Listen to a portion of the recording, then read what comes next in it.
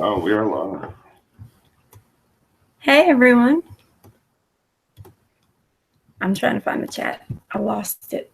Sorry. Oh, I never even brought up the watch page. Hello, everyone in chat. How are you today? I'm just gonna have to click on this link out of this Hangout because I'm terrible at this. I'm trying. I'm learning, y'all. I use my phone when I do chat, so that I can look at my phone and then deal with the stuff on the computer at the same time. However, a lot of people have the chat up on the page at the same time. It's all personal preference. What I do is I move it out, right? Yeah, I move the Hangout to the one side and then I do the pop out chat, and that's. However, a lot of people have the chat up on the computer at the same time. It's all personal preference. Okay, so we have echo. Why? No, it's me. I'm sorry. Okay, cool.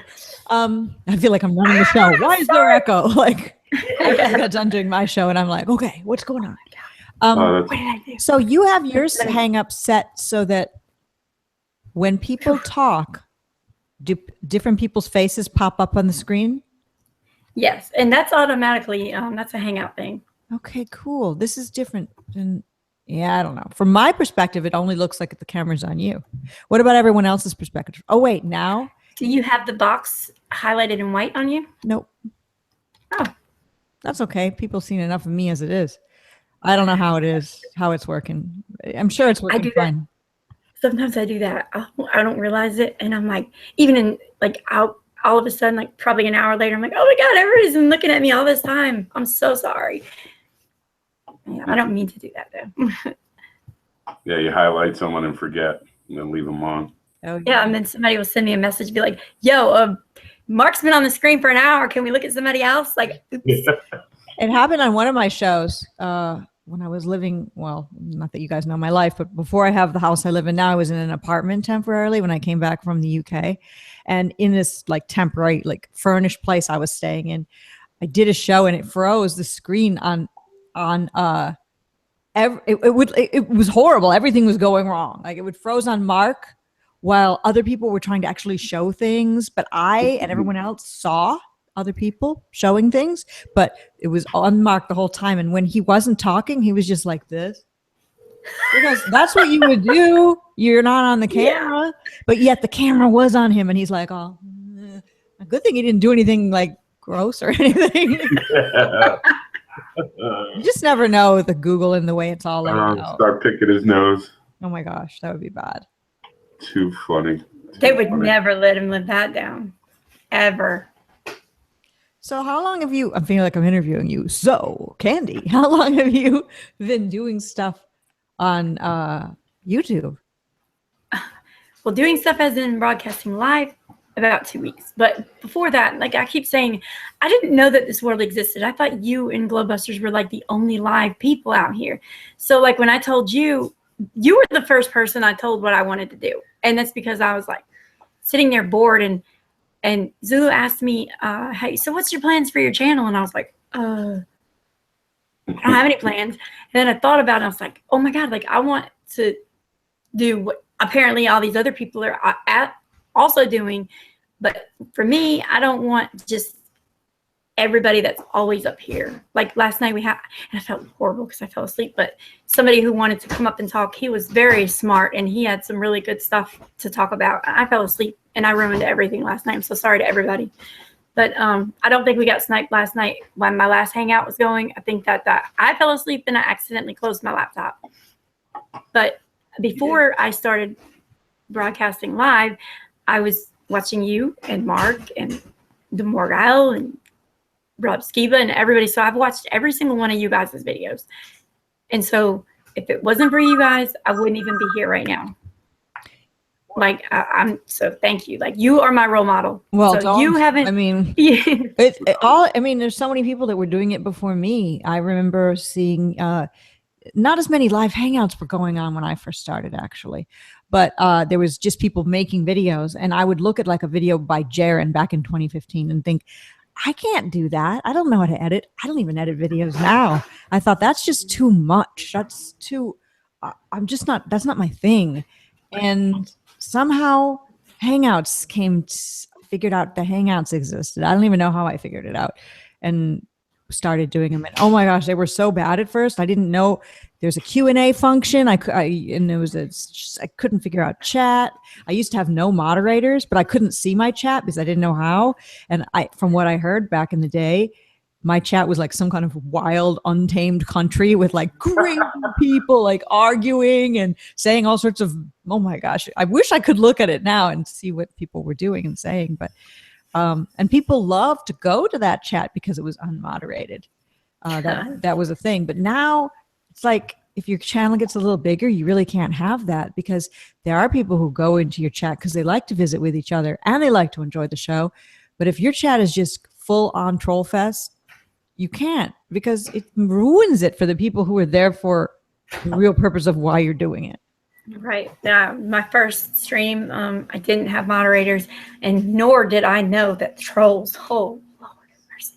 I didn't know that world existed, because I was the only live streams I ever were in before, other than yours and Globebusters, were a news channel, and they maybe had 1 or 2 a month come in and just drop stupid comments. Nothing like they do now, and it wasn't like multiple accounts and all that. It was just random, hey, you suck, you're ugly, or, dumb stuff like that. But and they moderators would get them and they'd go for another month. But never imagined it was like this. They don't like the flat earthers.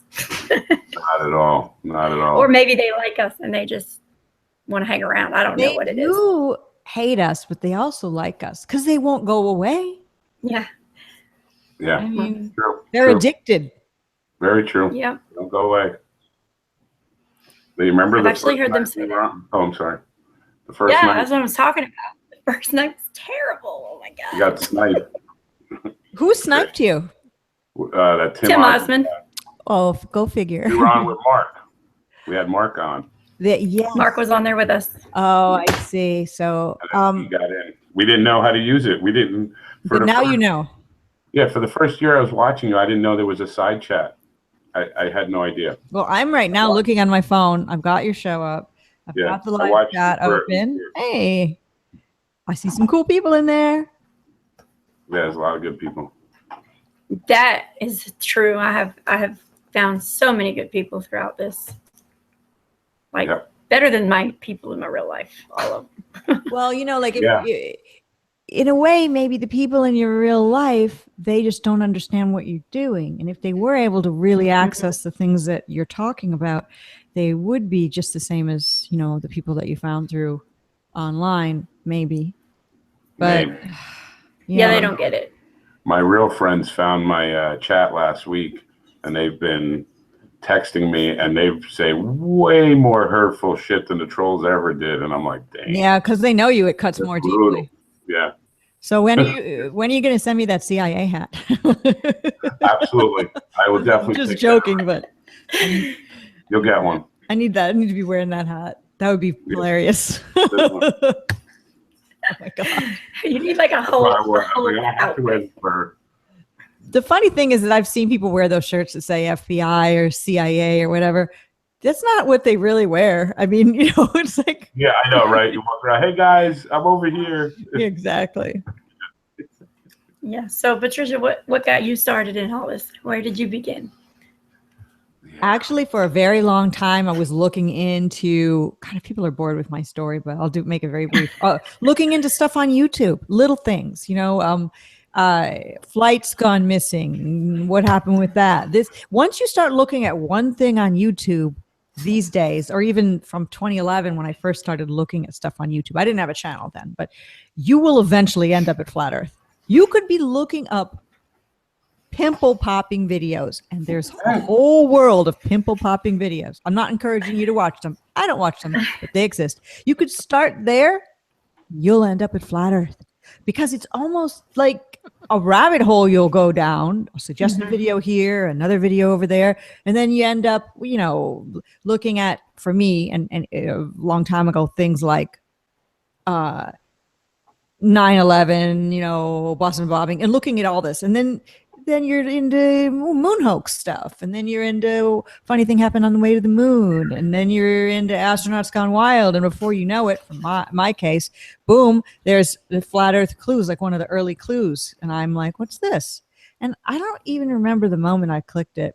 but or what I thought beforehand, but I did, and then was just the English term gobsmacked. I was just what, and I didn't fight it at all. I didn't say the guy's a liar. I didn't freak out. I just listened to it, digested it, and then started looking for more information, and then became that massive flat earth consumer that when we all go through that and going here, there, and everywhere. I remember finding the channel Higher Side Chats way before flat earth and listening to a lot of videos on that channel, and they do all sorts of conspiracy. And then they had, I think it was Eric Dubay on. That was my introduction to Eric Dubay. And just, somebody was telling me about Powerland, and then I'm like, what that kind of name is that? And I found him doing comedy, and then I put all these pieces together of who the different people were, and so that's how I got into the flat earth world, just like we all did, really. Suggestions. Now, somebody was saying that flat earth is only a YouTube thing, and that's why it's a CIA construction. It's fake.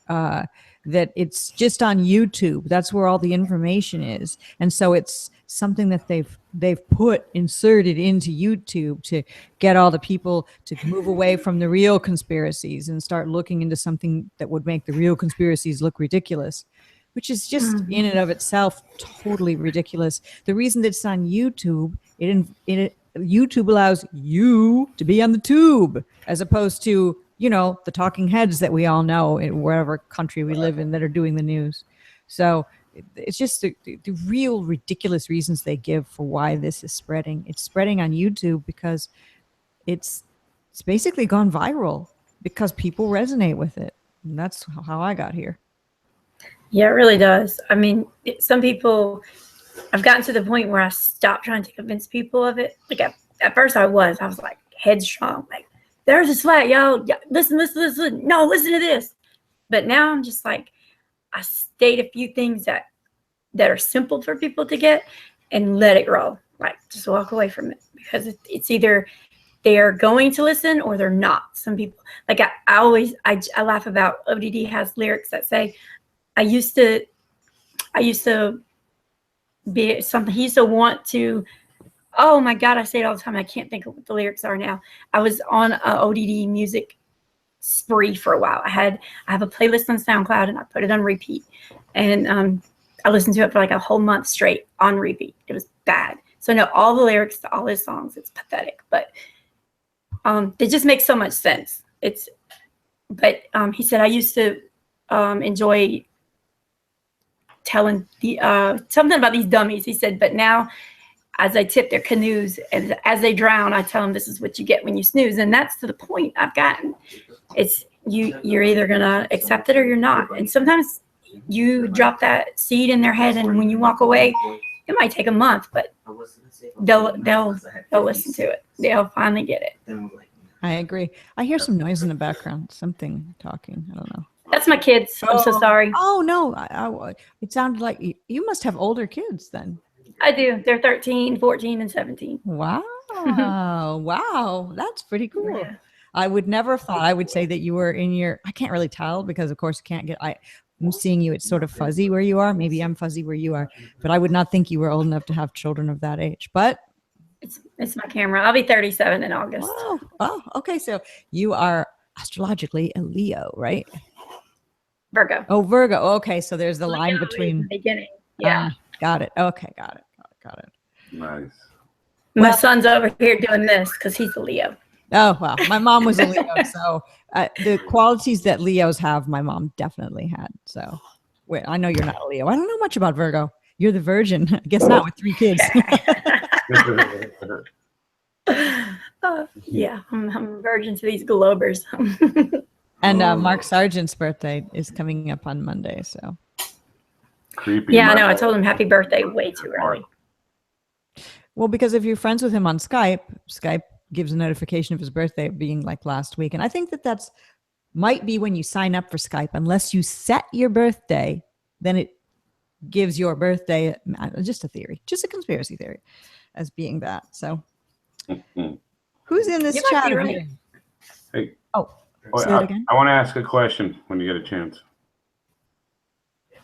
Okay. All right. Ask away.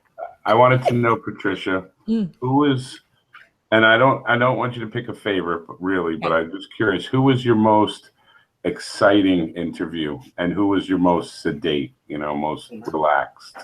Wow. Mellow. I don't even remember all of them. I can't I went had back a to lot. listen to some of your old ones, and it was interesting. Well, I mean, I might have been most excited when I interviewed Mark Sargent because two things. He's the one that introduced me to Flat Earth. Second thing is it was so long ago that it was all such a new world to me. Right. I know the answer to who could I not get a word in edgewise would be Math Powerland. I think it probably said 5 words. Awesome. Two of the 5 were his first and last name. Right. But it was still good. It was still a good interview. The one I have enjoyed my interaction with the most would probably be DITRH. Those would be I feel like such a good vibe and a good flow with all the different stuff I've done with him. Nice. And, we still talk all the time. In fact, I think he sent me a message a little earlier today. He's just been a consistent part of my life during this whole thing, and super supportive, and just an awesome person. Cool. Really a good human being and a true truth seeker. More recently, I was super excited to talk with Russian Vids. I'd interviewed Russian Vids on when DITRH and I used to have a podcast, which is in a playlist on my channel called Truth is Stranger Than Lies. Mm-hmm. He and I both interviewed Russian Vids. It was quite a while ago. And Russian Vids and I spoke on Skype for hours at one point, just shooting the breeze, really. It was great. And then finally was able to get him to come on and do an interview with me on my channel itself. So I was so super excited. And that was as of the recording of your show now, Candi, whatever, like a couple of weeks ago or so. So I don't really know who would be the most sedate. I haven't had that horrible thing that interviewers fear the most, which is when you ask someone a question and they just give you a yes or no answer. That's the worst. Because then where do you go? You ask another question and they're like, no. You're like, elaborate. Elaborate. And then when you only set up, like, you think you got an hour, so I'm going to say, okay, 5 questions. Well, 5 questions, 20 minutes. What do I do now? Those are things that some people can go on for 5 questions for 5 hours. Oh, sure. Like the Morgul, for example. You just only need one question. You're like, see you later at the end of the show, Morgul. He was on last week. I had him on. He's pretty cool. He's awesome too. He's really been supportive of me too. And not that being supportive of me is a way to win my heart, but hey, we all like people who like us, right? I mean, tends to help, Yeah. Since I came in, I have been totally mind blown at the support I've gotten from a few people, a whole lot. Like, I'm amazed. I have no words. Well, we're all in this together. There's nobody who's like better or worse than the others. We're all like trying to do the same thing. Whatever way we can do it to help. That's it. That's why we do it. And we also enjoy it. You wouldn't be doing this if you didn't enjoy it. So there's an element of fun, and there's also personal satisfaction. There's also like this feeling of being like a really loosely knit team. Like it's us against the world, the round world in a way. And that there's that too, that we know something that other people don't know. And we're not doing that, nah, we know it and you don't. We're cooler than you. We're doing like, hey, why don't you look at this? Check this out. So we've got this information and we want to share it. So it's actually really healthy. Although there's naysayers who say it's a cult, it's brainwashing, but no, not at all. I mean, you can leave anytime you want. We worry about people who disappear, but that doesn't mean we're going to drag them back in against their will or anything. Yeah, I say that like the first person I said, well, if I can even just convince one person that this is true and what they know is a lie, then I would be happy. But no, I wasn't satisfied there. Like once I got that one person, I was like, oh, You don't who's know. this? I mean, I know personally I've convinced a few people, and even if I don't do at all a science-based show, because I know because they've emailed me. And how that I've convinced them is basically presented to them other people who know a whole lot more than I do. Or just said something that made them on my Facebook that made them look into it. I have many people who've defriended me on Facebook who've come back and requested friendship again because they heard about Flat Earth on my page and thought I was a kook, unfriended, and then heard about it from like 50 other people, watched some videos and thought, you know, that redhead wasn't so stupid after all. So, and I've kept friends who didn't go Flat Earth when I did, but still stayed on my Facebook and now are Flat Earthers. They haven't said anything to me like, oh, thank you, or you changed my mind. All of a sudden they're just posting Flat Earth too. And you're like, yeah. And Nice. I don't mean that I personally influenced them. I just mean I was one of the many people that put like a little, like a, I don't know, a rock in their shoe, a tiny little rock in their shoe. And lots of other people did that too. They didn't even realize a rock was in their shoe at first. And then they got more rocks and more rocks. And one day they had to take the shoe off and look inside and say, it's filled with rocks. And then they had to see it. They had to feel it. And all of us, even if you aren't doing real hard science, you are waking people up simply by putting yourself out there. Yeah, that's true. Like I say, we all of us have a small part in this. Every single one of us, even the people who aren't making the videos. Oh, true. And anybody who's in the live chat who has just a channel and it's just their face, you know, in their name, or an icon in their name, it's not even their real name, they're Somebody part of it too. They have rocks in their shoes. It's a group effort. Even if we don't want to work together, we still are working together. Even if we hate each other, there's people in Flat Earth who hate each other. They're still working together because we're all still wanting to wake people up. And so we are working together. So I don't consider anybody my enemy, even people who proclaim that they are. I'm like, yeah, we're still on the same side. So you go That's how globe. I am. And then even if you go globe, I'm still going to be your friend. So, Yeah, that's how I am too. I don't agree with all this pettiness. I mean, we're supposed to be on a team together. And it's like some people are kicking goals to the other side. Like, it's like, I just don't get it. that is kind of weird. Yeah, you're right about that. We're all being lied to. Yeah. And I think that's part of why we have a bond and why we still begrudgingly acknowledge those who come against us, even if it's only in our minds, because we all still have a bond. It's not like a trauma bond, but it's like a bond because we've been through something great together, this awakening. So we're all connected and nothing you can do to break that. It's like sort of like blood is thicker than water. We have our original families, love them, hate them, however it is for you. You have a bond forever. This Flat Earth thing makes a bond forever too. And I don't mean that we're all going to know each other till the bitter end, but we've made a bond that's like a form of family. And it's going to be the kind of thing that family has in it. The fighting, the arguments, the makeups and the breakups and the slow simmering resentments, the huge blowout fights which leave one person with their arm cut off. All the same stuff as in a normal family is happening here on Flat Earth. In fact, Flat Earth is pretty much just like one big dysfunctional family. Absolutely. And I can't wait till the conference to meet everyone. Oh, that's going to be so cool. I can't wait either. Me too. Hey, is Mark wearing a tux and are you wearing an evening gown to your Yes. flag award? It's funny that you bring that up. Because I'm going to bring a suit. I'm going to wear a suit. Yeah. Show respect. We're doing the Flatties at the very end of the event. It's sort of the last event because we've got a movie premiere, which is a Robbie D. Scientism. He's going to be showing that. And we're probably going to have music with Amber Plaster. I'm not quite sure how that's going to work out. And other Flat Earthers, maybe ODD, hopefully. I'm unsure because it's a ways off yet. It's not all been ironed out. But then the Flatty Awards are going to be there, and it's going to be done like a sort of Grammy Awards with a long gown and a tuxedo. And I mean, awesome. So yeah, well, we did that when we did it just on YouTube last time we did it, which was February of last year, and we didn't do the Flatties this February, which is now passed due to the fact that we knew the conference was coming and decided it would be better to hold off and then do it.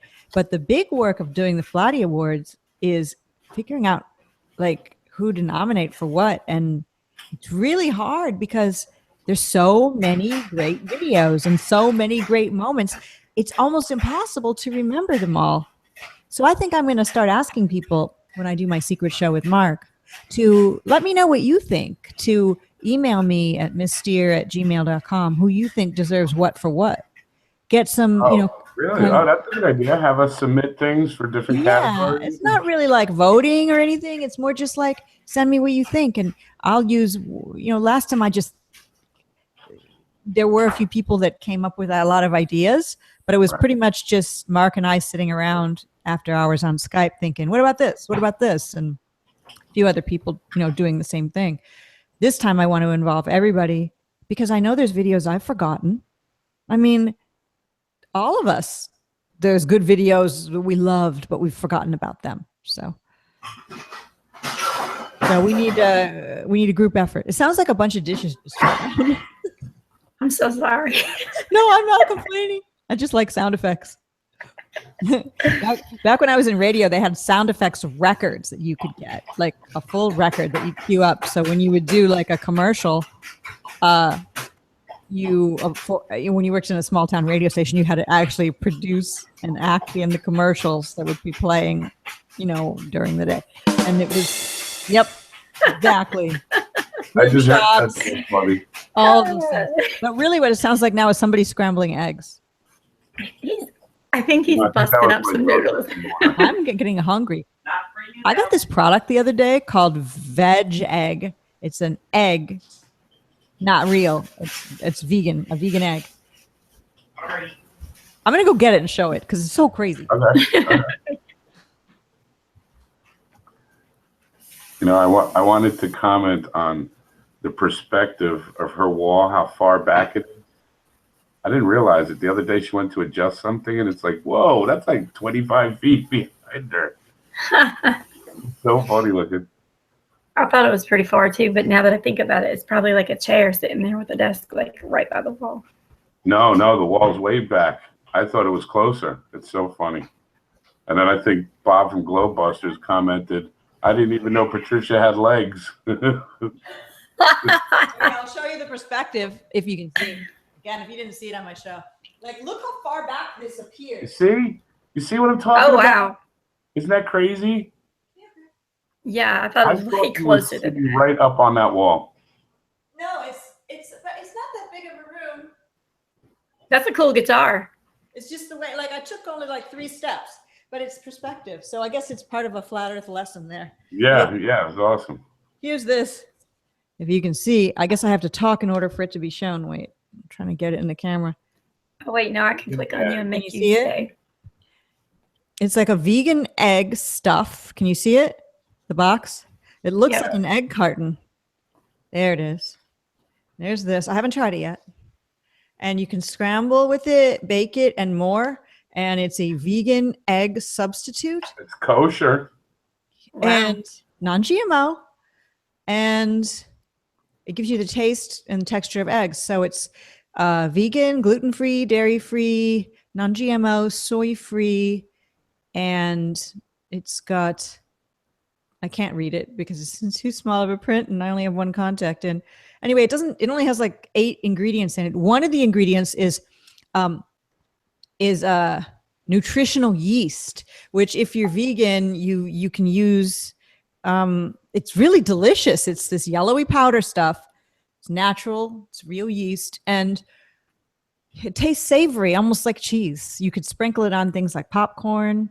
Or they use it to make this stuff. And I saw some tutorials on YouTube. Hey, because YouTube is where I get all my information on how to use this vegan egg. And there's this thing because like $9 and it, whatever it serves. Servings approximately 12. Which look at this box. I don't know, but you mix it with hot water and cold water, and it like fluffs up. You can basically makes an omelet. Like you just lay it. I'm getting hungry just thinking about it. Oh, my shirt's quite unzipped. I hope I didn't flash anybody. Sorry. Good, thanks. Yeah, because right after my show, I was wearing something else, and I put on like cozy, athletic wear as opposed to I was wearing a dress before. Anyway, so I saw somebody doing a tutorial, and they made scrambled eggs, and then they made an omelet. And when you lay it in the pan, like a cast iron pan or something, it actually makes an omelet. Like it flows out perfectly. And I think if you put a lot of stuff in it, like lots of vegetables and such, you can make a pretty darn delicious omelet or something like that. I want to try it. I'm just not into fake products, but this is so bizarre that I had to buy it. I don't mean fake products. I mean, I'm not into like faux meats. When you're vegan, you have all these choices of processed foods. I'm not into them. I've tried them all. Some of them are pretty good, but if you eat a lot of processed food, it's not good for you. So I'm surprised I'm not dead yet. Well, I mean, I went through a period when I was in the UK when I ate a lot of processed foods, and it just makes you feel like kind of slow. And, and I remember when I was in my early 20s, when I first moved out of my parents' house, I was pretty broke. I was working for a radio station and hardly making anything at all. I remember that when they hired me, they said, "Do you want to make $900 a month?" And I was like, yeah, because that sounded awesome. But when you think about $900 a month, I mean, almost my rent. I was like, how did I even live? But I mean, I remember going to those bulk stores, which they had back then, and buying like bulk stuff, generics, the yellow and black labels of stuff. And that was before I knew about GMO. And I mean, I don't think anybody knew about GMO. Maybe nothing was GMO back then, but I wasn't as concerned with health. I knew to eat fruits and vegetables, but I didn't read the labels like I do now. And I'm surprised I'm still alive. I mean, we've all eaten microwave food before. I know I have. And even if you solemnly swear you've never eaten microwave food, you have, because sometimes if you go to a restaurant, they heat stuff up in microwaves. I mean, so it's really hard to get away from all of that stuff. And here I am buying a product, but the ingredients are very wholesome. And I do want to try it because a fake egg, I mean, that's crazy. You gotta try it. So anyway. Yeah, fake egg. I got a nice surprise. I don't know if it's a nice surprise, but we have 2 chinchillas here. And I bought them for my younger 2 kids about a year ago. Well, somebody gave them to me. They're very expensive pets. I will say that. But the reason they gave them to me is because they had a male and a female who had 2 babies, a male and a female. They kept them in 2 separate cages, the 2 girls in one and the 2 boys in the other. They gave me the 2 boys. So we thought. Well, now I have 3 baby chinchillas. Oh, they're soft, aren't they? They are so cute.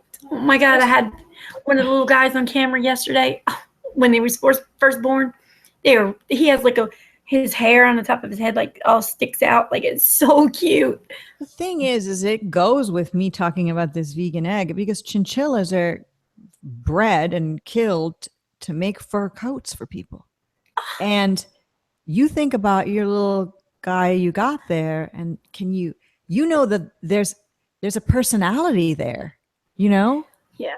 They both probably have slightly different personalities, I would just imagine. And just the idea of killing them to make a coat is just really, really sick and really super sad. And I don't know. That kind of stuff is what ended up getting me to be vegan, realizing that every animal's as individual as we are. Right. My daughter's like that bad. She wants to be a vegetarian, but that's not really on my budget. So, well, I mean, you can do it inexpensively. You can't be buying stuff like this. This is like a waste of money, but I probably never will buy it again, but I wanted to try it. I think being vegan is probably the cheapest diet that there is when you're not buying specialty products, because it's the poorest people in the world's food is vegan food. The let's say corn tortillas and beans and rice and stuff like that and vegetables. But it's hard. Depends where you live. I don't ever suggest people. I suggest people look into it, just like I suggest people look into flat earth, but I don't push it, because you can't push people to become flat earthers. We weren't pushed to become flat earthers. We found it on our own, investigated, found validity to it, and then went forward. And that's the same as veganism. if people find validity in it, they'll go forward. If it's not their bag, they won't. Can't do anything about it. Just let people be. They'll come to whatever they need to come to in their life journey. Yeah, you would think that they would just shave these animals and let them go, and then they could just shave them again in a year or two. Yeah, but that's really traumatic too. Oh yeah. I've seen them do it to rabbits and in China and these horrible videos. You know how YouTube is. Speaking of videos you can find on YouTube where they take rabbits. You know, rabbits are gentle, shy creatures. They're very sensitive, like emotionally. Like if you pick a rabbit up, they're very like hearts beating wildly. Imagine like a cat, like on a higher level of crazy. A rabbit is very much more shy. And maybe if you brought the rabbit up from a baby, maybe it wouldn't be as much. But they take the rabbits and just grab them in these videos of people in China who and they rip them out of the cage and they shear them and they've got cuts all over them and they're shaking and throw them back in the cage. And they're all literally throwing them because they're doing it so fast that you're like, whew. Even the shaving things. I guess I had a bad idea. Oh, no, I don't want to bum out anybody by talking about this. People know that if they want to look into the stuff that's out there, they don't need some redhead flat earther telling them that information's out there. Look for it if you wish, or not. It's really sad. Yeah, it is. Especially when there's so many more options. Yeah, you don't need a fur coat. You don't. You really don't. I mean, I work in a dry cleaner, and when somebody brings one in, I'm like, is that gonna bite me? I thought you had to like take fur coats. Okay, so I live in Houston, Texas, and the area I live in, Houston there's like, you know, obviously the bushes. There's people that have this kind of crazy old school money here, old school for America anyway. You know, the old money, and there's flat earth. Not flat earth. My God, that's crazy. I said that. There's fur storage places. You know. Saskowitz fur storage. You drive by and you're like, do people really have furs they store? And yeah, you just store a fur a special way so the hair doesn't fall out and all of that. It's almost like taxidermy. You know, when you hunt and you put the animal head, you can't just like stick a head on a wall, it'll rot. Same as fur. I guess it has to be specially maintained. So it's crazy. I don't know. Fur is soft. I like the idea of faux fur. I mean, it can be fun, but no, you don't need that either. Yeah, I mean, I don't know. It seems like a waste of money to me, too. It's so expensive. That part's true. Well, I think diamonds are a waste of money. I have some diamond jewelry. I don't know about that. Well, the whole idea of the whole way the diamonds are mined, there's a lot of people that are being abused and killed, and it's inflated the price in order to perpetuate the myth of the diamond and the man having to spend, I don't know, like 3 months salary on the woman to get engaged, where if you want to get married, you could just use rubber band. You know, it doesn't need to be a diamond. And there's this push to sell diamonds and that women get caught up in that. Like the Bride magazine, we've got that in the US, and all these shows about brides pushes this sort of way your life should be on young women. And I think that's ends up sort of polluting their mind and getting them caught up in like overt materialism and demanding that a man buy them a, $30,000 diamond ring. It's like, whoa, really? I'd rather use that money to go traveling or something, buy a house or, put it as a down payment toward a house, something. But then buying a house is also another trap. They have us coming and going with these. Buying a house, what, on land? You think you own that land? Do you really own that land? Not really. You can't do what you want with that land. You have to get permissions and this and that. And the land is all of ours, really. We all own this whole thing, or we don't really own it. We're all part of it. Just like animals. Like my cats own me more than really I own them, You don't own your children, Candi. You know what I'm saying? They're part of you. They're like part of, like the land's part of ours. Diamonds come from the land, free. They come free. Why do we have to pay for them? Maybe pay for somebody to polish it or something, but they put this inflated value on a basic rock that the earth is just making. Like water. Seems wrong. Like, oh my gosh, you're so right. You were so right. Just like water. Yep. And then they put these chemicals in it to make it better for us. Yeah, like fluoride. God didn't make it good enough. Well, some people are lucky not to live in fluoridated areas, but I mean, where I live in Houston is fluoridated. Part of areas that I've lived in New Orleans also were fluoridated, but I mean, I try to avoid it. But it's just like avoiding microwave food. You can avoid fluoridated water because you're not purchasing it, but you go out to get a coffee, and probably that water is purified, but it's still fluoridated. Because getting fluoride removed requires expensive, bulky equipment for the most part. And I have a water distiller, and I've heard conflicting reports on that, whether or not it actually removes fluoride. And I believe the answer is no, but I could be wrong. I still use it anyway to remove whatever else is in there. I'm looking in your chat now. Yep, Pete Shea says diamonds are another scam. Indeed. I'm glad I have the ones I've got. They're pretty. And I wear them. I'm not going to get rid of them. But I'm not going to buy any. You know? Yeah, I don't have any. Well, I got some from my inherited when my mom died.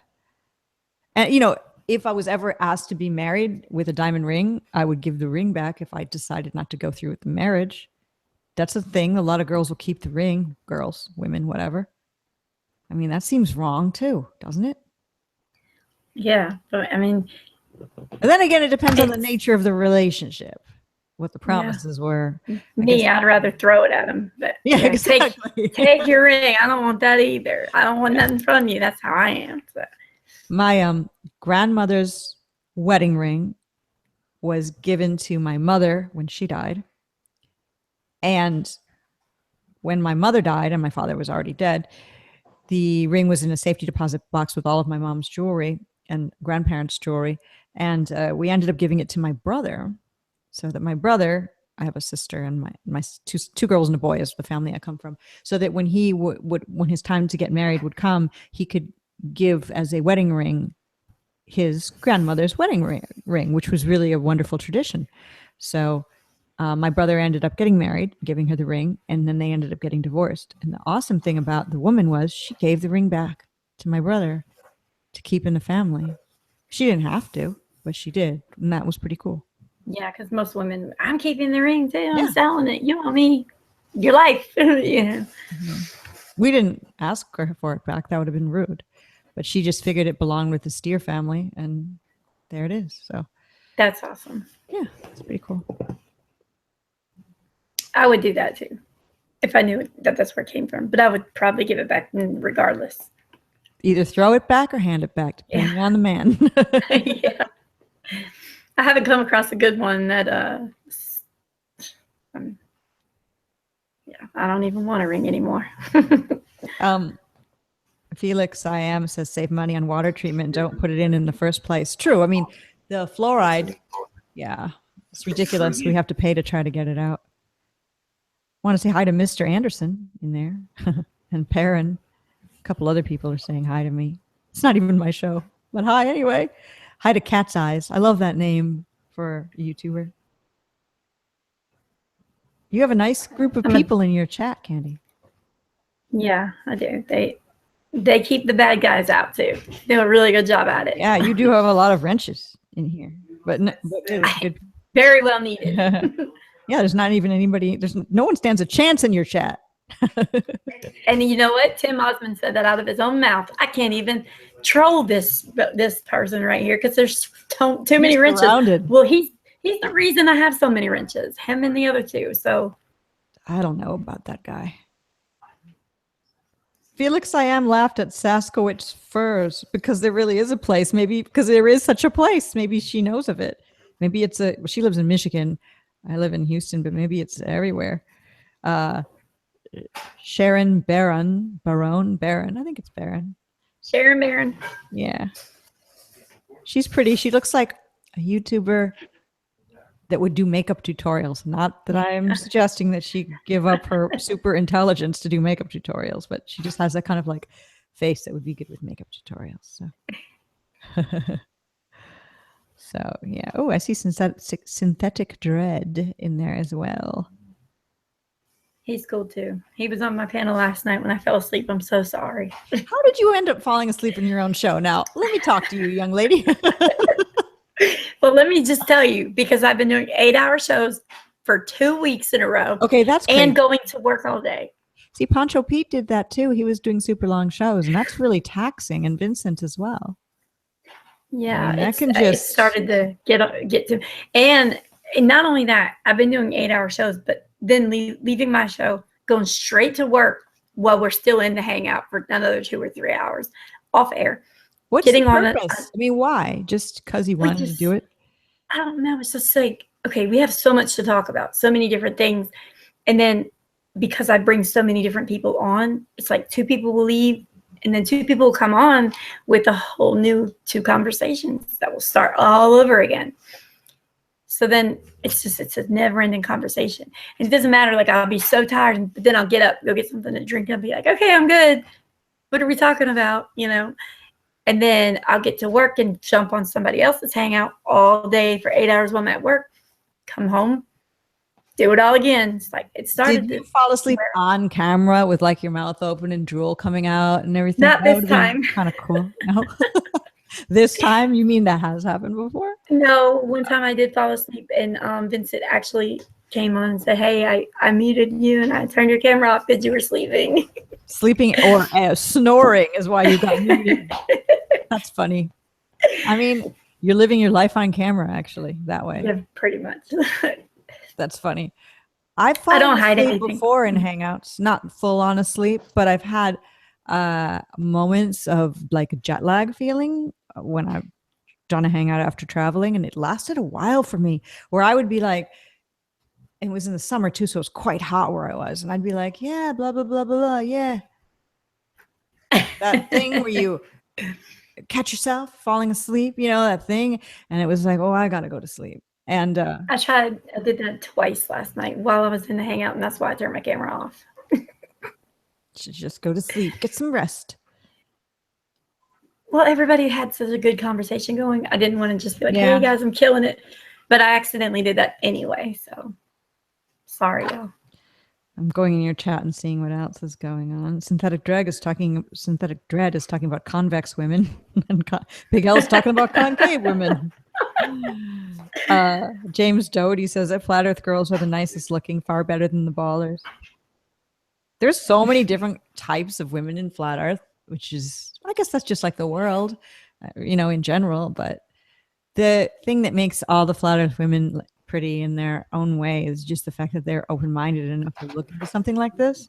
And so you know smart that you could chill out with all of them because they're like easygoing and interested in things. You wouldn't be bored. They wouldn't be like, oh, when's the Kardashians on? It wouldn't be that kind of conversation. So yeah, that's exactly what I was just thinking. I don't get along with most girls. Most of my friends are guys, and it's not because I'm just some whore that likes to hang around with guys. It's because I don't really click with girls, and all of the women that I've met in Flat Earth, they've all been great. Like, we can have a conversation that's intellectual, and it's not right about the Kardashians. I mean, exactly. I mean, there's so many cool people like Zoe B here in Love and Karen B, and you could just go in your chat and all of them. Everyone's different. Cami from Glowbusters is so cool. Just awesome people that make you feel there's hope out there. And I have a couple female friends here in Houston, but I've had a couple of female friends that I was friends with, and then I moved away, and then I moved back. I didn't reconnect with because they were superficial type. You know, they're not involved in Flat Earth. They're just people that I knew. And I just never reconnected with them because their life was all about things that to me aren't that important. Now, their lives are all about things like diamond rings and makeup. And do I have diamonds? Yeah, a little. Do I have makeup? Yeah, a lot. But my life isn't surrounding and revolving around that. I guess we can't say your life is revolving anymore. I think that as a phrase is out of the picture. But you can still be part of the person that you were before you came into this world. But definitely a lot of it changes. Your priorities change, what you value changes. And the people that have values that are part of your old life, if those were superficial values, you just have to kindly step away, because they'll just make you miserable when you're around them, because they won't want to look into things with you. Your idea of fun and their idea of fun are no longer the same thing. Yeah. It's just, and it's good, you know, and it's part of the, you know, personal evolution, you know, the how we all strive to be better as time goes by, to reach higher. Yeah, my best friend, she keeps even leaving stuff on Facebook. If I had a YouTube channel about flat Earth, I bet you would answer my phone call then. You know, just every time she sees me. I'm not a YouTuber that talks about flat Earth, so you can't talk to me. Constantly. It's hard though, because you can't really leave people who you really love behind, who aren't on the same page as you. And a lot of us have family members too that don't believe what we do. And so you do go to the social gatherings and have the family dinners, and you know, you just don't talk about that stuff. But you're bursting to get home and go on. Who's on? Who's doing a live show that I can watch? You know, okay, there's no flat Earth live shows. Well, that's not even the case. It's impossible that there'd be no not anymore live shows. But at one time there wasn't, and so you'd end up be just like going to some like other hangout, like that was like something different. You'd go and listen just to be connected to some of the people and feel like, okay, everything's still cool. Yeah. Well, see, me, I was always I couldn't wait to watch the next video that I hadn't seen.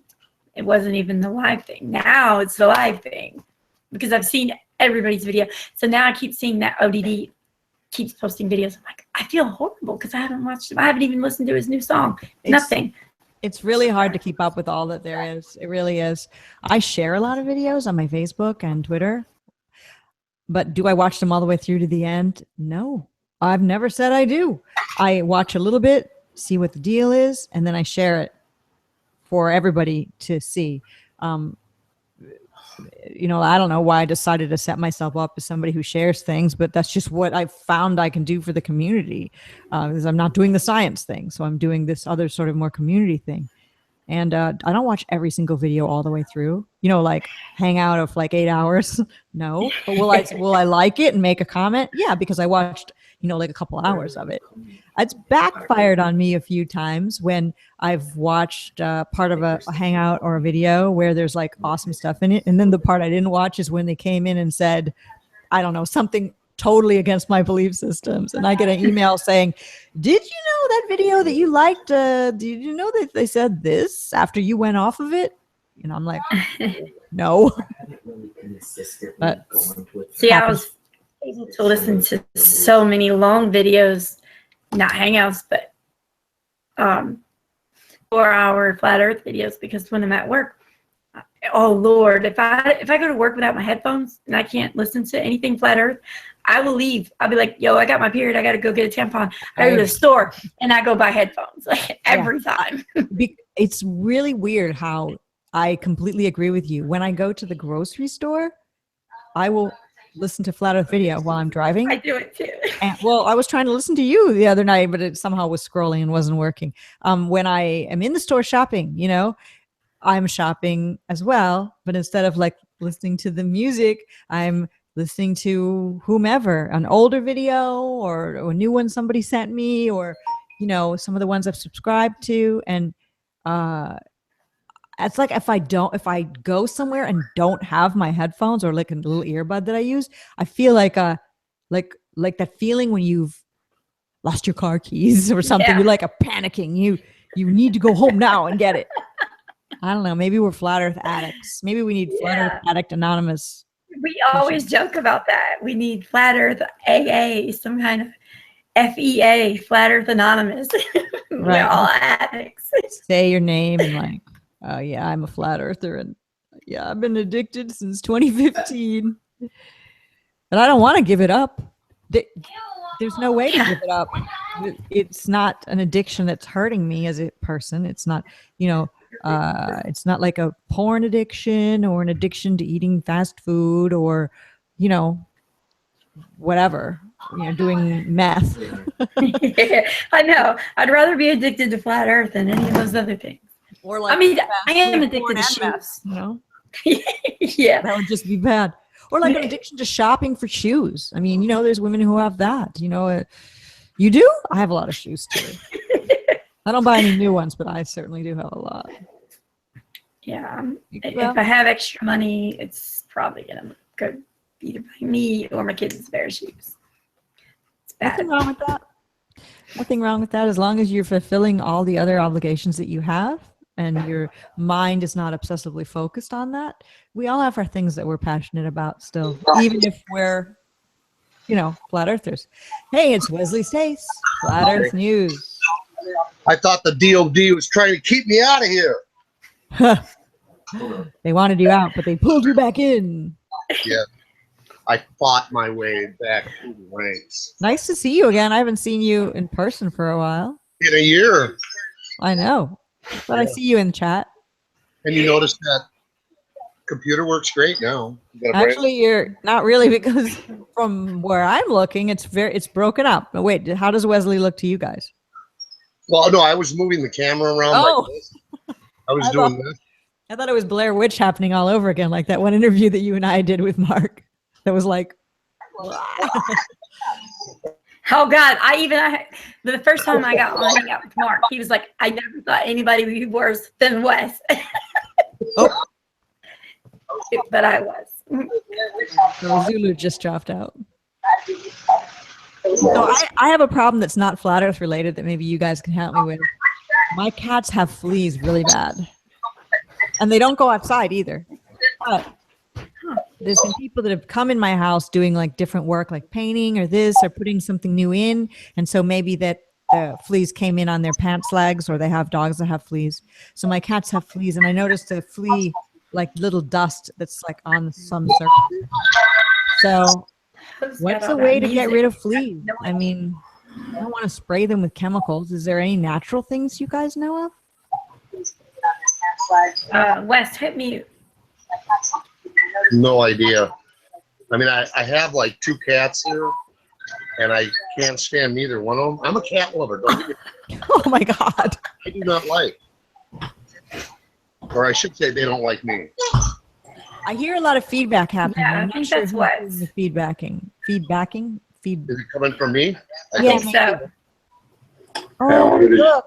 show you my CGI Okay, cat. everybody, one at a time.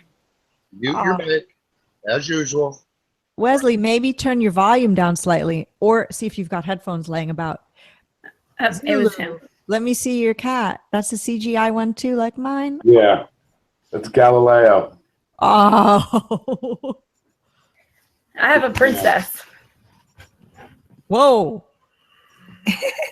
Big. Not a cat. A princess, not a cat. So I just wanted you to say hello. Bye, kitty. You can go back. So your dog's name is Princess? Yeah. And she is a princess. What is she? I can't tell because the camera went over too quick. She's a pit bull. Look like a pit bull. I'm not really familiar with lots of different dog breeds, but you don't have any cats? Mm-mm. Can you have 2 chinchillas? Can you have Yeah, we have- cats and pit bulls?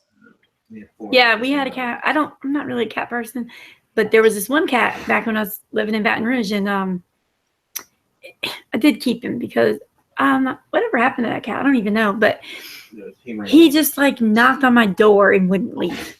He knocked on your door with his paw? Yeah, like with his like he was meowing at my door so loud, and it went on for days and days and days. And I was like, "Get out of here, cat! Why do you keep coming here?"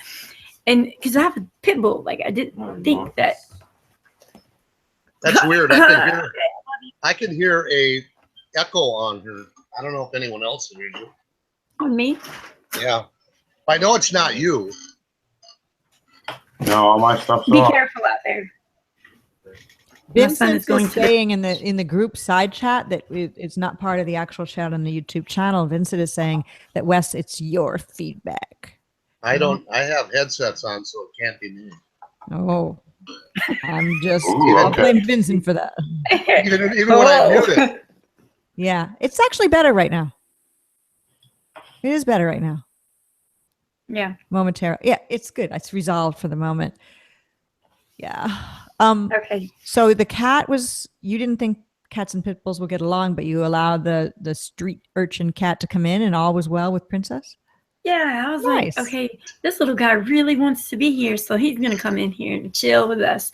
And now that was my cat. So my son said, "Mom, what are you doing with my cat?" And I'm like, "Huh?" He's like, "That's my cat." He one of his friends down the road. So apparently the cat must have followed my son Oh. home. Oh. I apologize. We even had a It was rabbit. me. I had You don't say. no, I had the show open in another tab. Oh. And I was yeah. going to mute it and then grab the chat so I could pop it into here and went over my head. I apologize. It was me. See, now watch. I'm gonna unplug my headset and everything's cool, right? Yes, I think. Seems good now. You never know when it will. Normally, I don't ever use my headset. These guys, I've been in their shows.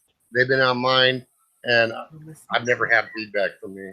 It happens occasionally, but it used to happen a lot more. It's weird. I remember when I first started doing live hangouts, when you hit the start button on the live hangout, it would make a noise like a bell. Ding!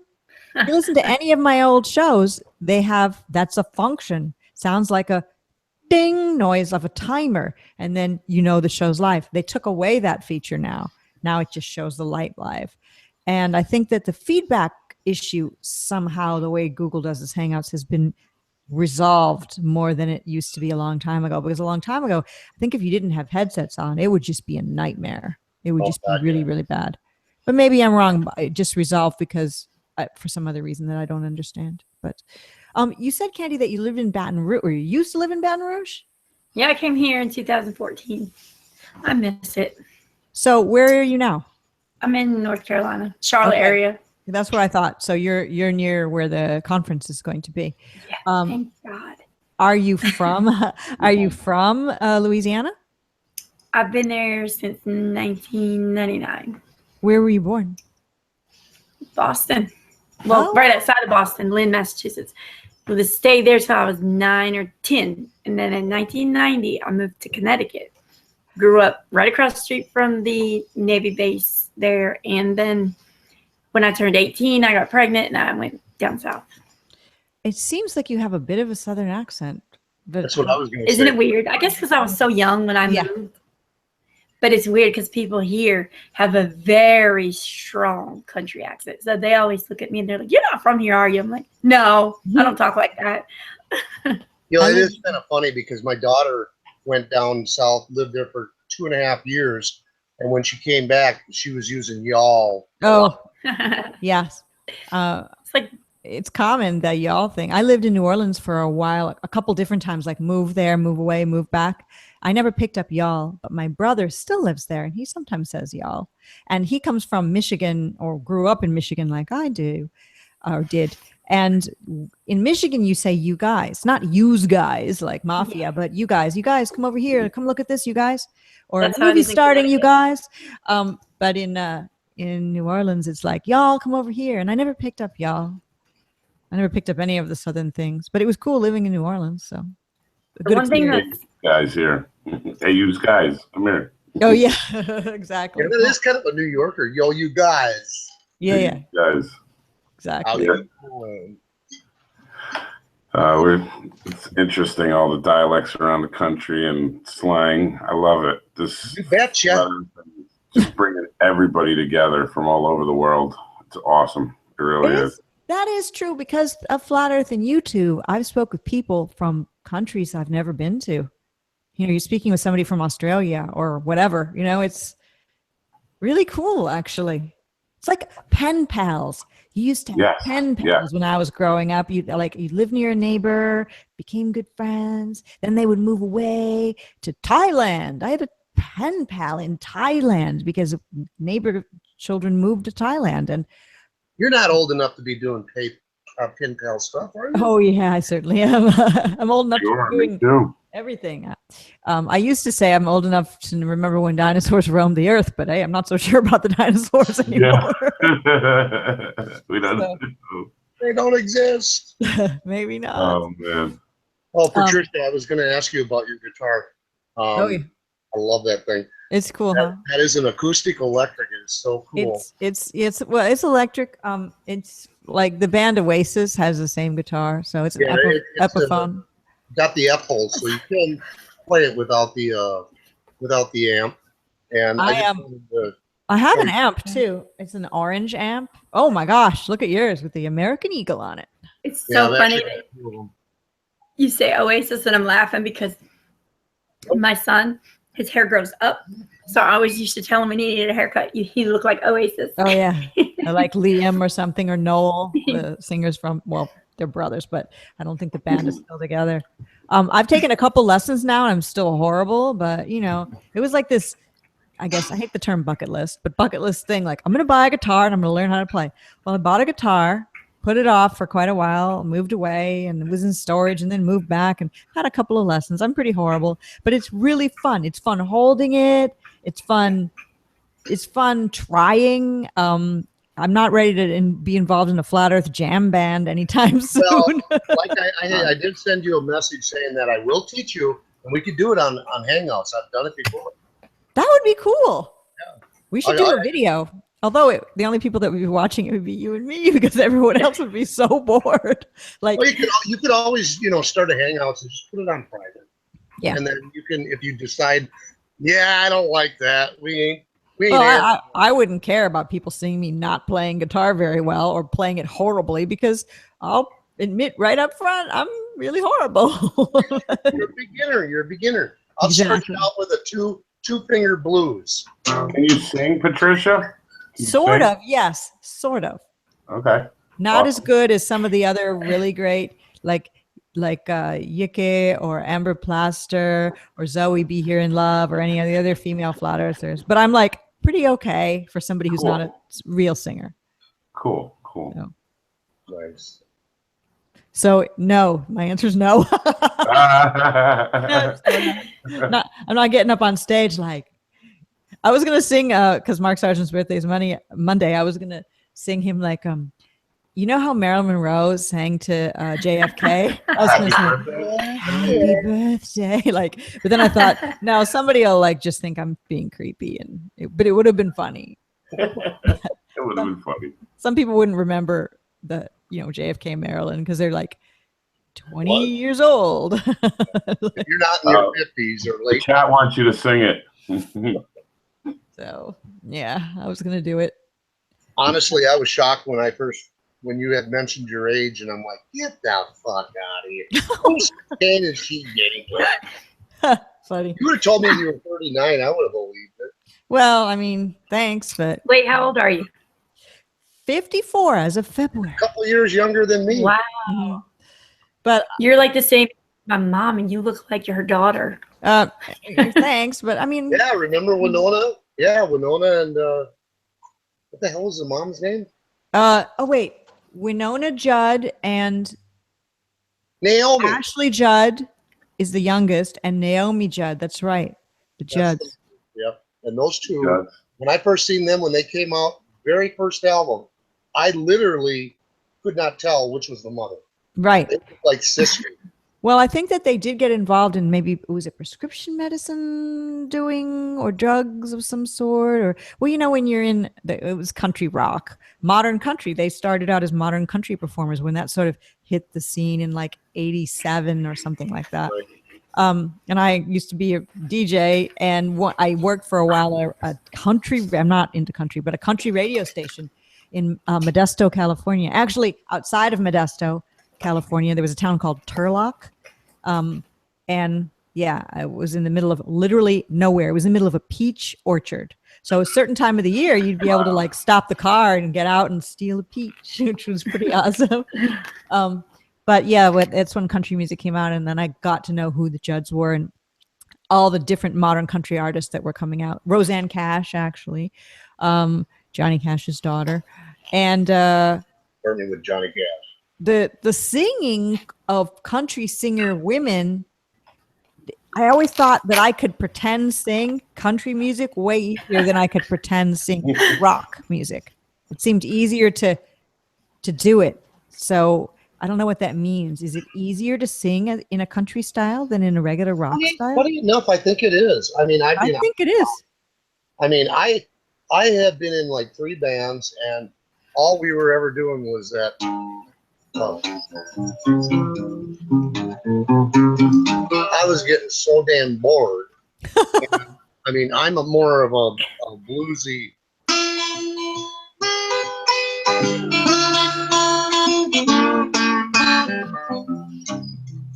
I'm a blues type person. I like it. From that to country, and just feel like I'm going to fall asleep. Anyhow, a buddy of mine heard me sing SRV. I've actually done it on Candi's show a couple times. What the heck song was it? Mary Had a Little Lamb. And he's like, you know what? You'd be really good at country. And I'm like, no.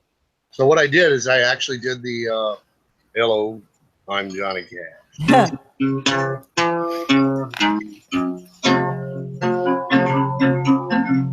I hear that train a come rolling around the bend. I ain't seen the sunshine since I don't know when. Well, I'm stuck in so on and so forth. But I thought it was easy. Big Al said 54. Is that in cat years? Yeah, that's cool though. You actually can play and sing, and I'm not a fan of country music really, like I said earlier, but I like Johnny Cash. And actually, Johnny Cash did a cover before he died of a Trent Reznor song, and I'm not a big Nine Inch Nails fan, but it was a cover of the song "Hurt," and it's really.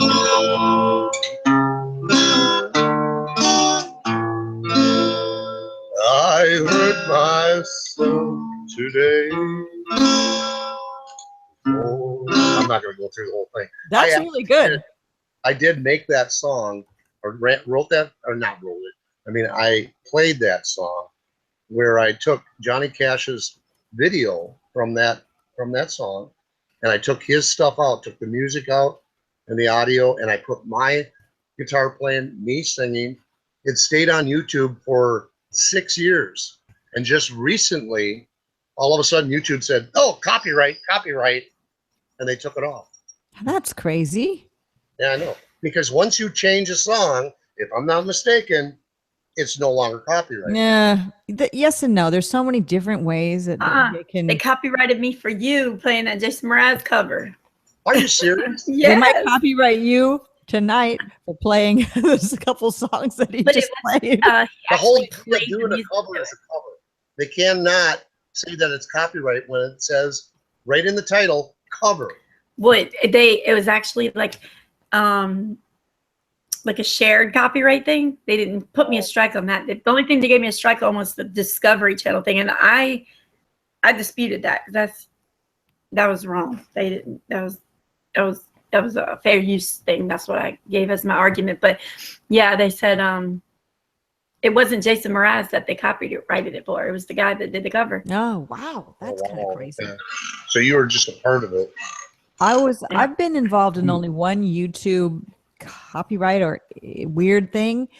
When I came back from the UK, I did a show. I hadn't done a show for a while. Finally got some people together to do a show, and I was staying in this apartment till I got my house. So that was all ironed out. And I did this show, and it was really fun, and all these awesome people. And it had like 6,000 views, like really quickly. I don't mean maybe even the very first day later in the day. Which is not a normal amount of views that I would normally get. It was awesome. And then all of a sudden, I think the next morning I woke up and it said it was removed for spamming. And I'm like, what? And it was like nothing changed. If any video I'd ever done, it was just like the same thing. It was like a show with like a bunch of panel members talking about a bunch of different topics. They actually removed my video and they wouldn't even let me get it back. They wouldn't They never really gave me spamming. What does that mean? And they said, usually if it's spamming, it's usually in the comments section where somebody put a link Yeah, but I didn't allow any of those. There was no reason. I mean, there was nothing there. It's because it was about flat Earth. But I mean, I have a ton of flat Earth videos. So anyway, the whole video disappeared with it, all the great views the nice number of views I had. And then some other person had downloaded that video. I don't know who. They can't really remember. Anyway, I ended up getting it from them and then re-uploading it on my channel. Like, so it looks like a really unpopular video, but it really isn't because I had to re-upload it. But that's the only time. And I never got a fair explanation of what. I wasn't spamming anything. I didn't have any like weird links in there I put or any, this video is about Kim Kardashian and, I mean, I didn't have like weird tags in there that wasn't what the video was about. Anyway, it was around that time that YouTube Heroes thing came out. I remember hearing about that, where they said that people were going to take your video down if you talked about controversial subjects. And since this was a panel show, there was all sorts of controversial subjects being discussed, like 9/11 and, whatever, Sandy Hook and vaccines. So maybe just some YouTube hero decided to flag it. I'll never know, but at least I got the video back and it's on my channel. But you see people get copyright strikes all the time, and some of them are valid. You understand why they got it. Some of the people just don't know it's an innocent thing and it's their first strike, so it's not a big deal until you get 3. And there's some people who are literally trying to hurt other people, doing things that impinge on other people's rights to be a free human, and they don't get copyright struck. Or if they do, they get it overturned and they're just fine back in business tomorrow doing more hateful things against others. So it's like a person like you, Candi, trying to just do the right thing. You get problems. Meanwhile, Joe Blow or something as being bad is just allowed to just like freely stride over the corpses of other people. It's just like wrong, but that's YouTube. So what we've got, and unless we decide to go off this platform and go somewhere else, we kind of can't complain. We have to abide by their rules and then hope that they won't still get us, even if we are abiding by the rules. Yeah, but they're breaking, our commandment, or not commandment, but our Constitution for freedom of speech, and I'm totally against that. I mean, it was all YouTube used to be YouTube, and then of course Google had to get their dirty little hands on it, and they're worse than the government, I swear. There's also issues with monetization now, that if you talk about controversial subjects, that they'll drop the monetization, and they won't, that advertisers want YouTube to be family friendly. Well, all the topics that are discussed on YouTube aren't always family friendly. You can set your video to be 18 plus or 21 plus, but it has to remain open so that all of these things are there, and it's up to the parents or guardians to monitor their children to make sure they're not accessing things that they feel it wouldn't be appropriate. If everything on YouTube is going to be family friendly, we don't need YouTube. We've got, just regular old TV. So it's really dumb. I agree. They don't have, and I don't get the monetization. That drives me up the wall. I've had my YouTube channel for almost 11, maybe 12 years, and all of my stuff has been monetized. And I'm like, hey, I got an AdSense account. Why not? If you want to make a couple bucks here and there. And I've got videos that got well into the 40, 50,000 views. I haven't received a dime. Wait a minute. I don't understand why. I don't know. Didn't they just raise the amount too, that you have to have views before you'll even? Oh yeah. Somebody. Oh no, they sent a thing to me immediately about 10 years ago, saying you're doing really good on your videos and you have a lot of views and we would like to partner with you. Oh, and that.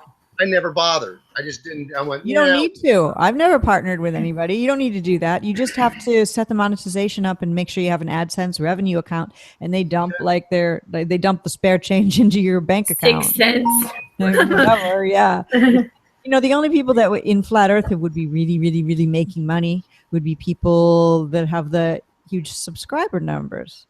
Which what I don't understand is that if you have a commercial on your video and you're allowing it, I'm sorry, you should get compensated. Well, They said in the chat you have to have 10,000 subs 10,000 before you can get paid. Yeah, I'm and at like 300. but I don't know how that did it used to be that way? Because I remember getting small amounts of money when I first started, but I think it might have changed since 2015 till now. I don't use YouTube as a way to make a living.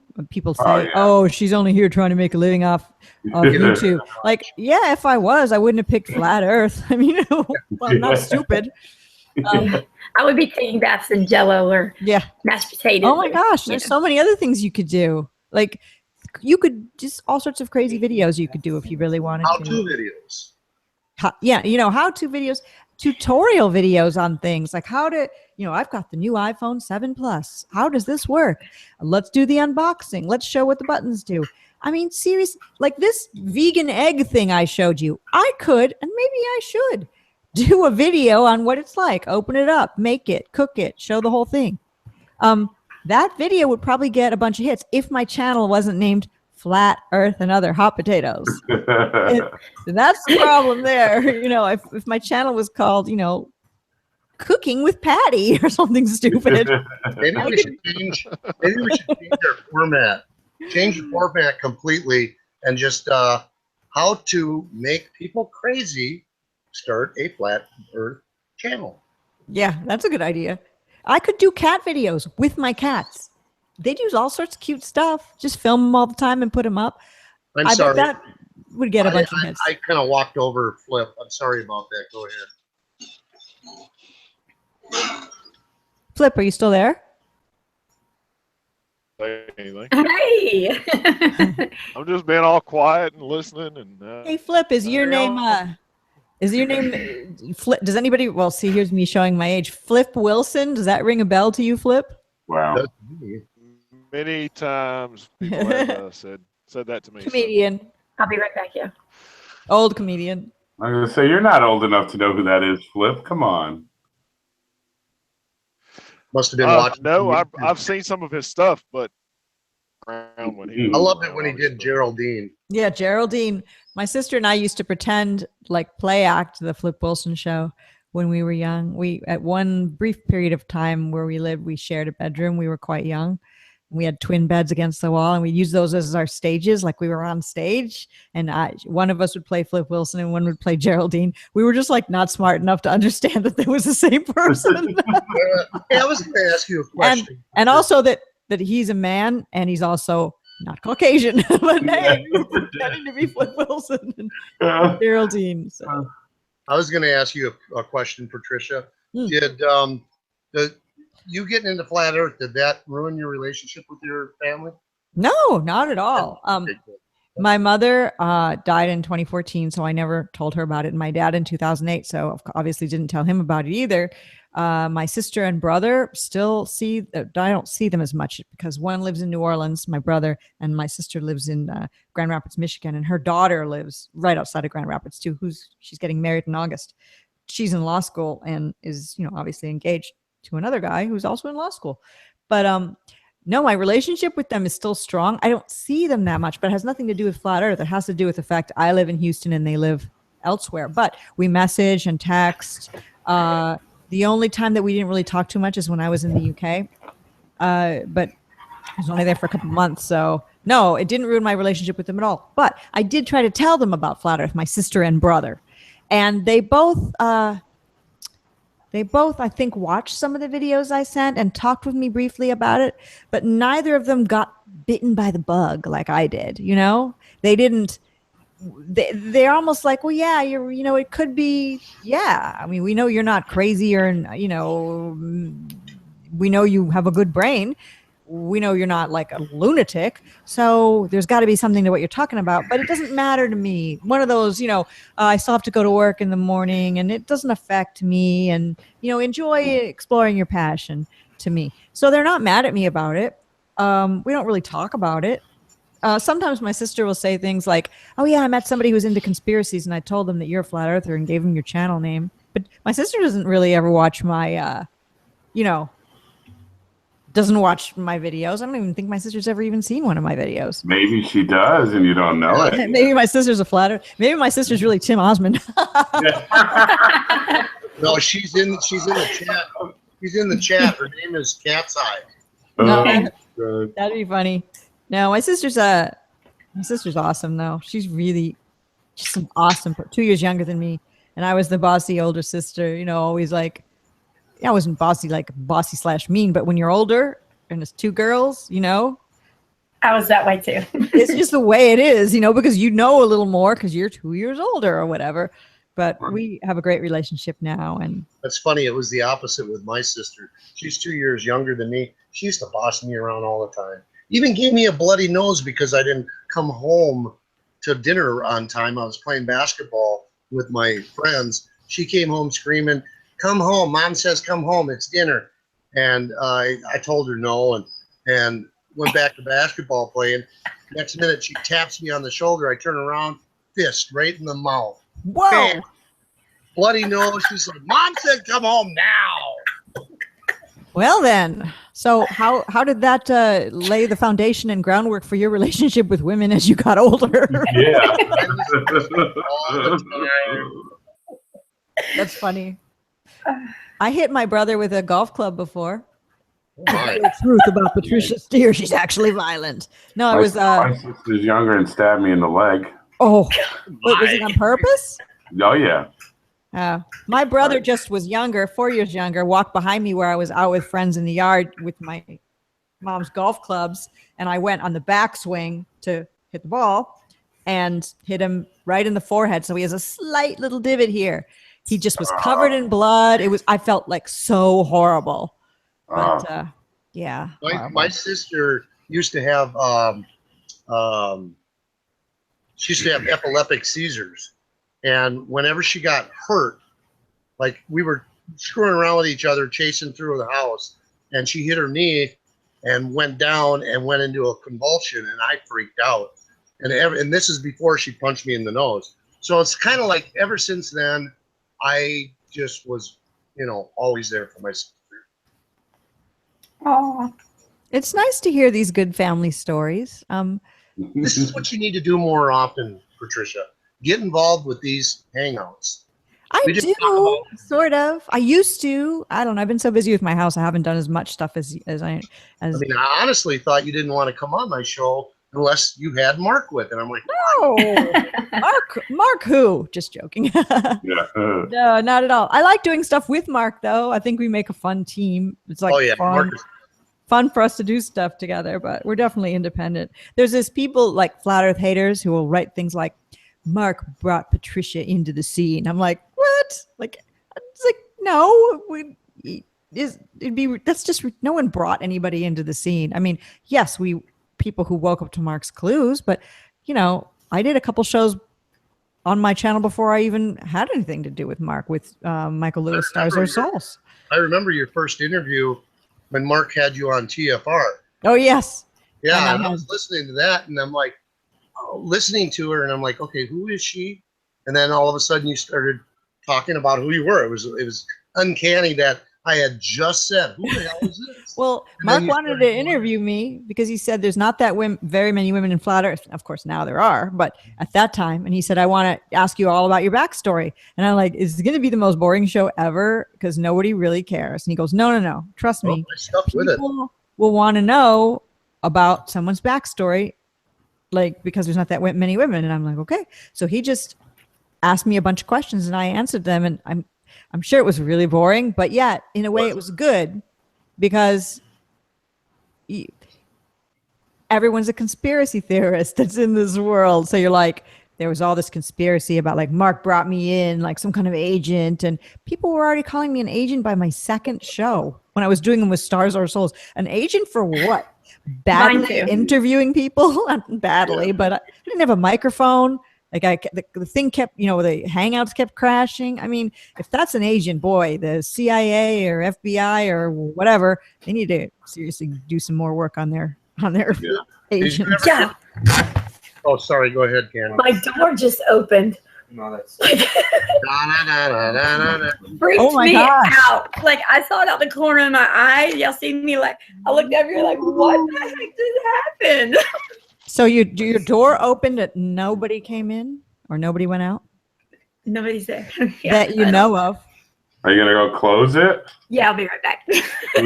Unlock it unless whatever it is came in. Hey, just scream. Yeah, it's in "Close the already. door." Too late. It's You in. close it. See if that door will close by itself. Use the power of your mind. Let's see. Joey says he wants to be shouted out. Joey Sylvie. Hooch Miller is saying, I'm Mark Sargent. Nice. Dan Falkenbeck of Flat Earth Subgenius is here. He's going to be on live radio for 3 hours next week. Well, that's pretty interesting. Nice. Oh, I was going to ask you, Patricia. I noticed that you do that a lot. You grab your phone and then you go through the comments. Because I just kind of I knew Pretty to case. do this, but I didn't. But these guys told me about how to pop out. Oh, the yeah. chat. And then I what I don't. do, I hit the F7 or F11, and that makes your I should do that. YouTube F11. screen Okay. pop up full screen. It's habit. I got in the habit of doing it this way. So Okay. it's like my habit. It's just not very professional, is it? No, it doesn't matter to me. Next time I'll try it. I noticed. Yeah, it's true. I do it that way. It sounds like Candy's walking on fall leaves or opening up candy wrappers. I would say candy wrappers. I was moving around a lot. Potato. I love potato chips. I thought you were being attacked by Bigfoot. I was. He was at the door, but I shunned him away. Well, what a silly thing to believe in Bigfoot. My God. Hey, you know what? Yeah, I Anything's do. possible. Anything's not funny. possible. I mean, I don't have any proof of it myself, but there's all sorts of things that have happened in all of our lives we don't have any proof of, but Yeah. we remember it happening, and you gotta be like, well, okay, if you say so. I'm Something trusting what happened. you have to say. Something happened. I was driving from Michigan to California, or I think a super long trip, and I was very young, and I had a cat I really loved with me, and the cat got out at a rest stop in the mountains somewhere in like Colorado or something. I don't know wherever it was I happened to be. It wasn't Colorado, but somewhere unknown place. And I literally prayed to God, which isn't.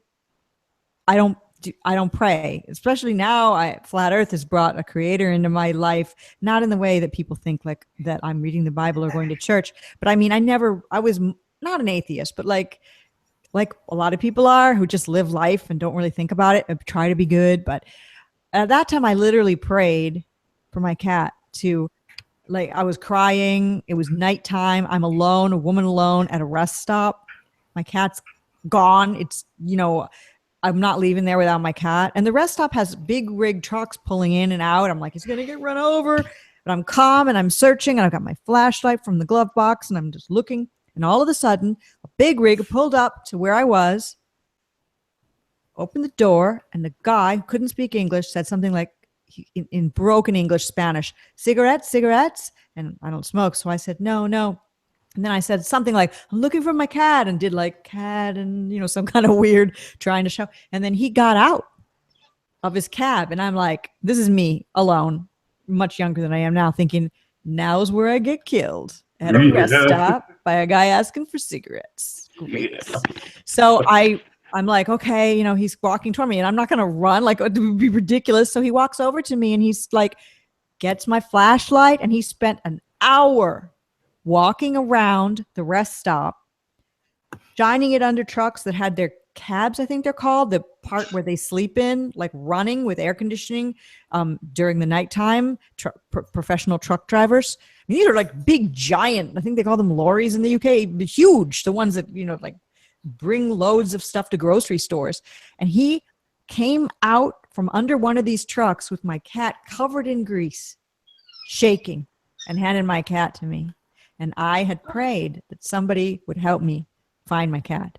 So, and I gave him $20 and crying and said, cigarettes, buy cigarettes. And for me, that $20 I needed because I was driving somewhere for gas money. But like, I wanted the guy, wanted him to smoke cigarettes, which is crazy. But that's what he had asked me initially, was if I had cigarettes. And that's all I could do to thank him, was to give him this $20 for like finding my cat, which I would never have found my cat underneath that guy could have driven off to Poughkeepsie or wherever that truck was heading, but with my cat, and it would have got killed. I just randomly pulled Poughkeepsie out of the That's by me. That's weird. It's funny, right? Yeah. I mean, I'm just thinking of some place where a truck would drive too. Wow. But my the cat was, I had my cat, and that cat ended up being with me till the day he died of old age. And I prayed. This is a very long, boring story. Sorry. Maybe I'll go back to talking about hitting my brother in the head with a golf club. That was more exciting. No, but at the end, I prayed to God to help me find my cat. May somebody come and help me. And a guy appeared, literally appeared. He went and got cigarettes and then disappeared. Now, I'm bringing this up because of Bigfoot. Can I explain that story? Was it just a helpful stranger? I mean, right. I guess. What's in it for that guy, really, to help me to spend like all that time wandering around and getting dirty, crawling around for some like random girl's cat? It's not like he was trying to like get with me or something. It's not like I promised him money. He had a good soul.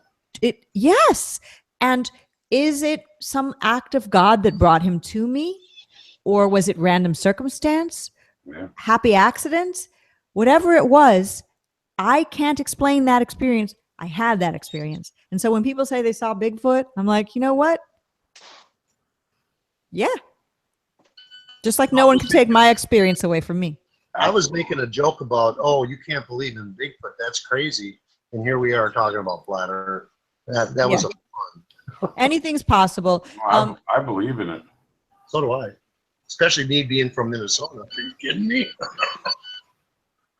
I don't know about Bigfoot because I remember seeing all those Bigfoot sighting movies when I was quite young. They'd even show them in theaters. I don't even remember the name of those shows, but like when you go see, I don't know, they had these sort of conspiracy movies when I was a kid. They'd show in the theater before the movie, and independent theaters, back when there were such a thing as independent theaters. I don't know if I believe in Bigfoot. Personally, I've never had an experience, but you know what? If I had the experience of Bigfoot, or hearing it, I'd be like, you know, I did hear something. I did see something. Just like the person who rescued my cat. That did happen. I prayed and someone helped me. Is there a correlation? I don't know, but I know I got my cat back. And no, so. Hey, you were talking about the UK, and I'm not going to mention you know who at all, but did he apologize? I'm really pissed at him. We don't need to talk about him. All right. He's on his own journey. I'm on mine. Leave it at that. Yeah, I don't talk. I never will ever make a statement on that. Anybody can think whatever they want about whatever they want. I'll never. That's a mature thing to do, honestly. It's obvious nobody believed it. There you go. Be quiet, Wes. Move on. Thank you, though, for saying that. Pretty soon, I'm going to go because I need to get something to eat. It's not because of what you said, by the way. Look what you started. You drove me away. No, I told Candi before I came on that I had just finished doing my show for like 2.5 hours or something, and then I needed to go get something to eat. Well, I mean, I'm not doing an 8-hour show like Candi, but I did 2 hours. I did like 5:15 till 7:15 with Mark, and then I came on with you guys. So I need to get something to eat, you know. So I don't know what I'm going to get it now at this time of the night, but we'll figure it out. It's not going to be fast food. I know. You got a vegan egg. Make an omelet out of one of your vegan things. Yeah, I actually really could. There's a store that sells vegan smoothies, and I don't even have enough fruit or vegetables to make a smoothie. I didn't end up going to the store today. And the fact of being vegan is you need to buy a lot of fresh produce on a regular basis. You know, because and you can't overbuy because it rots, you know, and then where you're just throwing away money and good food. So I have to go to the store a lot, and I didn't get out to go to the store today. So, hey, Patricia, maybe you could try an experiment and see if you package your fruits and vegetables and label the package with love and, you know, and just write some nice words on it and see if it lasts longer. That's a very good idea. I do with my I do with my distilled water. I put a Post-it note taped to the water that says love on it. And I've been doing that to our bottles of water. My wife thinks I'm nuts. it's awesome. I do all sorts of weird stuff. I'm a very normal person, but I do weird things. Like I even like tell myself I love myself. Like I love Hey, you. You're gonna You be look marvelous. I don't mean it I in love an you too. egocentric way. I mean it that I love myself. I will be here for me. Like I'll care for myself. It's just Yeah, that's the problem with most people in the world. They don't. You have, in order to love someone else, you got to love yourself. I think that's true. Maybe I don't Huh. really know, but you came into this world, regardless of religious beliefs, alone, and when you die, you go out alone. And I plan on meeting death as much as I can, sitting upright, being loving toward myself, and feeling like a good sense of like pride and self-esteem, and not ego pride. I just mean like I tried to do the best I could while I was here, and just like giving yourself a hug. Boy, this house sounds so. This all sounds ridiculous, but No, it doesn't. Patricia No, it just doesn't. got deep. Really Yeah, deep. it doesn't really, because a lot of people need that, and nobody really does it. yeah. I mean, I'm not saying that I'm always successful at what I try to do and how I try to treat others and how I try to act, because no one is. I try to like make my expectations from myself super high. And, we can't always reach that. But when you find yourself wanting to react to the negative toward something somebody does to you, you can pull yourself back by just loving yourself and saying, you know what, I love myself too much to react that way. And you can chill yourself out that way. So. Yeah, That's true. I like that. Let's see. What else is going on in the Well- chat? Definitely like that. I feel like this is my chat. I'm like going, and I'm not saying I'm taking over your show, but I feel like I'm going to be like, and let's say hello to. Hey, I'll tell you, when we had our show with Mark and David, I let you guys take my show over. And I'm so glad you guys realized I was really nervous. I didn't know what the hell I was doing. And I just let you guys run with it. Well, everybody here is a natural communicator, otherwise we wouldn't be bold enough to do this. Sure. And this No, is- like I I'm thank serious. I was before I started doing this. I was like, "There's no way I can get up there and talk on camera. There's no way I can do that. I don't know how they do it. Look at And me now you do it just like you'd be talking to like your friends in your living room. It's just the same thing. Yeah, She's and it, got many friends. And if you can sleep on camera, and you can, you can talk on camera. yeah, I don't listen to what the negative people say. It's hard not to sometimes, but I don't. Any time that you get negativity, I don't know if you I have my comments on my videos set to filter, meaning like I will enable them or delete them depending upon what they are. And I don't mind the ball earth comments. I let them go as long as they don't become too spammy. Then no. Real horrible vulgarity goes. And anybody who's making fun of somebody's appearance or intellectual abilities, including mine, in the comments, that goes too. Somebody who's saying about how you look or whatever, like that has no place in this. Goodbye. Yeah, I don't know if you've noticed how many people I fought off of Mark's comments in the past, but I gave up on that too. Wait, explain that again. And the videos that Mark Sargent posts, I don't know. I see you comment on them. Oh yes, but I don't know if you've noticed how many I have fought with people in there. Okay. When I do the Secret Show on my channel, which I just did, I do it every Wednesday with Mark at like 5 Central, 6 Eastern. It's on a Wednesday. On a Friday, he uploads it to his channel.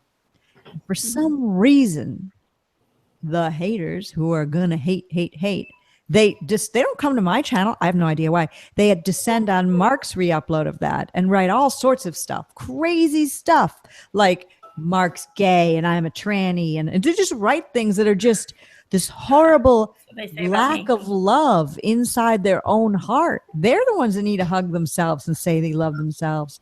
They're the ones that are missing something inside. And I don't have the time to handhold them through their own personal development. That's why they just get deleted. But on Mark's channel, I can't do anything because he doesn't monitor his comments. Once in a while, I'll argue back with him slightly, just a tiny little bit. But it's good that you've gone to bat against them. But I just think that they're suffering from lack of love, their lack of self-love. When something's gone wrong in their life, something's gone very wrong, and they need somebody to take it out on. And that somebody happens to be Mark, me, or you if they do it in your chats, Candi, Yeah. you know? Sometimes it gets pretty bad. Like, I'm a You transvestite. said you're a too. Did you know tranny? that? Yeah. Why? Yep. Like, why? Like, you don't, like, what's their reason? That's what I want to talk to these people. I really did. And not only did they say it, they said it like they stream my stream. They're probably streaming this right now on their channel. They stream my streams and they make comments. And then they have my chat on their screen on one side and their chat on the screen on the other side. So you can see what everybody's saying. And they're reading my chat and they're commenting on what they're saying and they're commenting on what I'm saying and all the panel. And it's a big comedy fest for them. And they think It seems like there'd be way better things to do with your life. In fact, probably I can think of a few things. Their toilets need scrubbing. That'd be a way better use of their time. I mean, they're literally using valuable time on Earth to do something that's lower than toilet scrubbing, making fun of other That's people. what I say all the time. It's ridiculous. And making a show about somebody else's show, I guess it could be okay. But generally speaking, I think it's not such a good idea. I mean, you know, Hillbilly does his. He had SPV, I think it was. Oh, And yeah. That's they- different. Yeah, that was okay. Yeah, that's different. When FPV like simulcast other people's flat Earth material just to get it a wider audience or whatever, that's cool. But we're talking about people who do it just to make fun of people Right. and calling every woman a tranny. You know, I never have been called a tranny in my life till I got into flat Earth, and only in 2016. 2015, nobody said the word tranny, but because it's become Bruce / Caitlyn Jenner and all of that, and then it got into the media and people were saying Michelle Obama was a man and and all these celebrities are men, it just becomes a normal thing to accuse any woman of being a tranny, to the point where obviously it can't be true because there'd be no babies on Earth. That's the new conspiracy. There's no babies on flat Earth. I don't know where that woman came. I know what woman you're talking about. I've caught her video a lot, and I don't know where she's coming off saying Jamie Lee Curtis is, and well, all Jamie these Lee big Curtis, she was supposedly she was born hermaphrodite. I did with both find- genitalia. Yeah. But but a decision was made when she was born for her to be female, so she's female. Right. But most of the other women that are being accused of being, I'm saying no. But is there a possibility that there's a famous actress in Hollywood or has been that has been a man? Sure, there is. But is Taylor Swift a man? And I can't think of any actresses at this point. Courtney Cox a man. You know, are they all men? What about their boyfriends? That calls into play there. What about when you see them posing with their mother when they're accepting an Academy Award or whatever? It just makes this like spiderweb network of that can't be and that can't be. But people will say, well, you'll say flat Earth is true and there's no satellites, but you don't believe that like Britney Spears is a man. Like, yeah, you're right. There are no satellites and Britney Spears is not a man. Now there is I don't think there is any operation for a man to have his Adam's apple removed. You know, maybe there is some kind of a shaving. Oh God, the idea. But you'd have a scar right here, you know, and you'd have a scar, you know. And I'm a very thin woman. Okay, I'm not trying to prove I'm not a tranny because I know I'm not, but I'm a very thin woman, and there's not a bone that's sticking out here, like. Even if I start. So there are some women who are thin women like Hollywood celebs. And when they do that, it sticks out. I think I saw a picture of Jessica Alba like that. And there's pictures of Jessica Alba, beautiful woman, with no waist. Her waist doesn't go in like the no hourglass. And no hips, right? Right. And more and she doesn't look, and so those aspects of Jessica Alba made me say, you know what? She does have more. No, but she does have more characteristics of a man than like I do, because I have like an indented waist and a no this, and I don't have a boyish lower, I have hips, even if I'm a thin person. So, but I'm still called a tranny. And so if I'm called a tranny, that makes me think 99% of these actually really famous women aren't either. But it's an interesting road to go down. I don't see what it proves, that there's a satanic agenda, that all these women are men. But what about women who want to become actresses? What, are they not allowed? They aren't any good at acting? Like, why aren't there real women that are actresses? Why do they all have to be men? It just is too black and white for me. Some might be, but not all of them. No, I'm not buying it. Yeah, you could even get into the other argument with the cloning of actors and right. I'm pretty down with the Paul McCartney. The original guy was replaced, not because not like a clone, but like, he died, and so we need someone else to keep this money machine flowing. Let's get this young guy. That makes complete sense. I mean, even in acting, you do have the understudy for the role that will go in to replace when the person gets sick or breaks their leg or whatever the case may be. So yeah, that I'm down with that conspiracy, but that all these famous women are like, Angelina Jolie's not a real woman. Like, I mean, so that means Billy Bob Thornton, he's gay. So what about women that Billy Bob Thornton has been with since he and Angelina Jolie divorced? They also have to be men too. That's why it's just a road. If you go down, you're going to end up driving yourself crazy. And it will be like looking around every corner and finding every single woman to be a man, which is why, Candi, you'll get called a man, and me. And Sunny Peaches gets called a transvestite. Like, I'm sure every woman that's in Flat Earth gets called a tranny. I hate the word tranny, but Sunny Peaches. I talked to her yesterday. She's going to try to come on here next week. She's really nice. I love her. She reminds me so much of me. She's just very Sunny Peaches. Boy, that name is like, that's her. So the whole accusing people of all these things is just weird. And I've never, in my regular life before I got in this, I was never accused of being a CIA agent. I never actually even knew that the last 3 letters of my first name spelled CIA.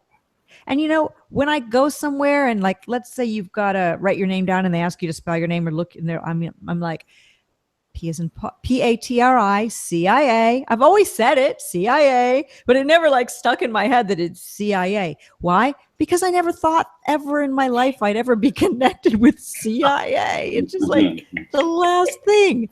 And being called a tranny and paid agent and all these accusations, they never have proof. I mean, proof isn't just someone saying it on a video. That's what people forget. Proof that someone is a paid agent isn't just a video by a YouTuber showing a picture of them playing spooky music or going on with another YouTuber saying, yeah, definitely, she's paid. So from that's your proof?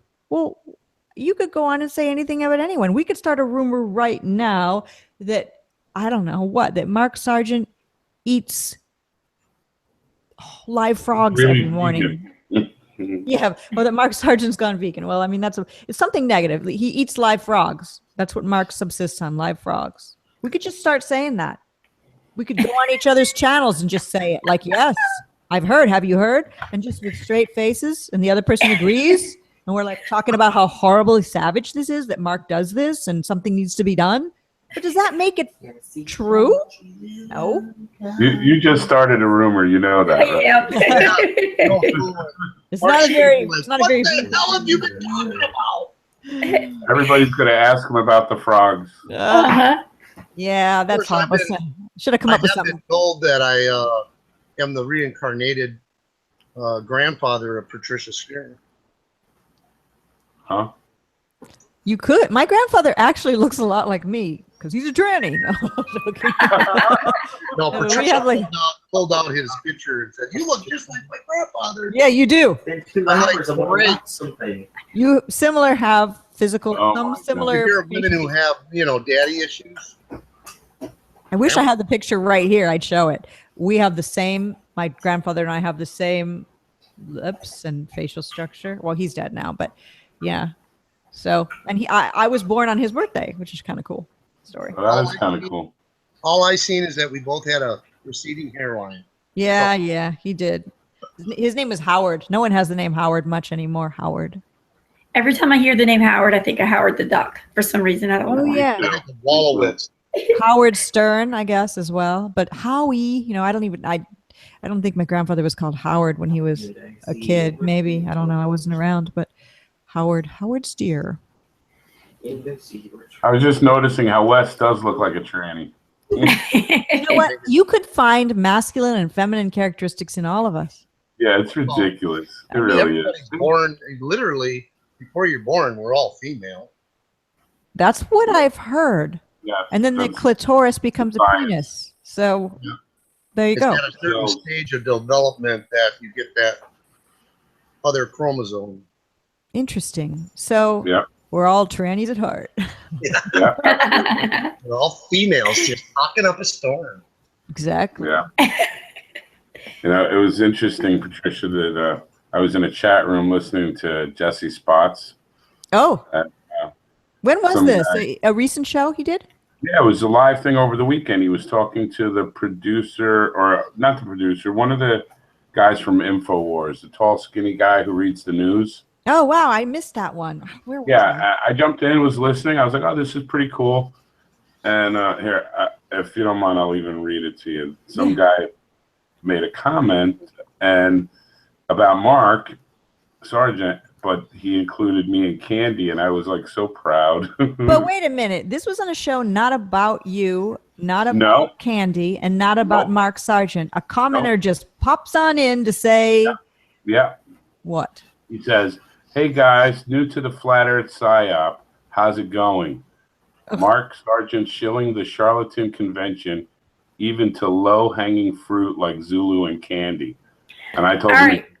I told him he I could already eat know my who that low-hanging was. fruit. I know who that was because I think it's Tim Osmond. Yep, That's what I thought. That's what I figured. But it was just interesting. And like I said, I was all happy. I was like, oh, yay. You made it. Where was that? Where was that Made comment? it for the big time. That was in, I don't know whose room it was, but it was definitely Jesse Spots talking. It's the word charlatan gave that away. Yeah, exactly. Me too. And you know what? Tim Osmond, or whatever his real name I don't is, have it. is not he's not unintelligent, you know? No, not at all. And I'm fine with him not believing in the flat earth. I mean, I'm not trying to convert him or anything, but just, you know. Right. And I responded to him. I said, why are you so angry? You should have a serious sort of type of channel. I would listen. Being aggressive doesn't win people over. And then he didn't respond. He didn't talk to me after that. Yeah, he could do lots of cool stuff with his information. Definitely. He has a lot to discuss and a lot to share. But whatever, Yeah. you know, whatever he wants to do is fine. Jesse Spots is the one who brought me to the Mandela effect. Yeah. I remember when that whole When you thing had a show. You had a show Yes. on. I did, and we talked about the cloning centers as well, which is not something I really believe in, but I mean, I'm open to anything. I'm really literally open to everything being potentially possible. I just don't think it's that I just don't believe it. Right. Especially when I've been called a clone tranny. So when I get called a clone tranny, I think, well, okay, so I know I'm not one. So that means that maybe all these people you say are clones aren't clones either. I'm not saying Jesse Spots. I mean, I just don't know. But whatever people want to believe, you know, and also if you've had the experience of being in a cloning center, and there's people who claim they have and they've talked about it, that's like saying you've had the experience of Bigfoot or me. Like I'm saying I had the experience of praying for somebody to help me find my cat and a man randomly appearing. You can't knock that happened.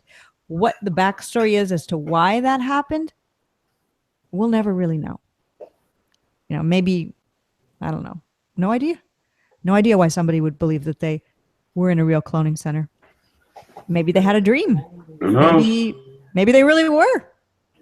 People say they're abducted all the time. Same thing.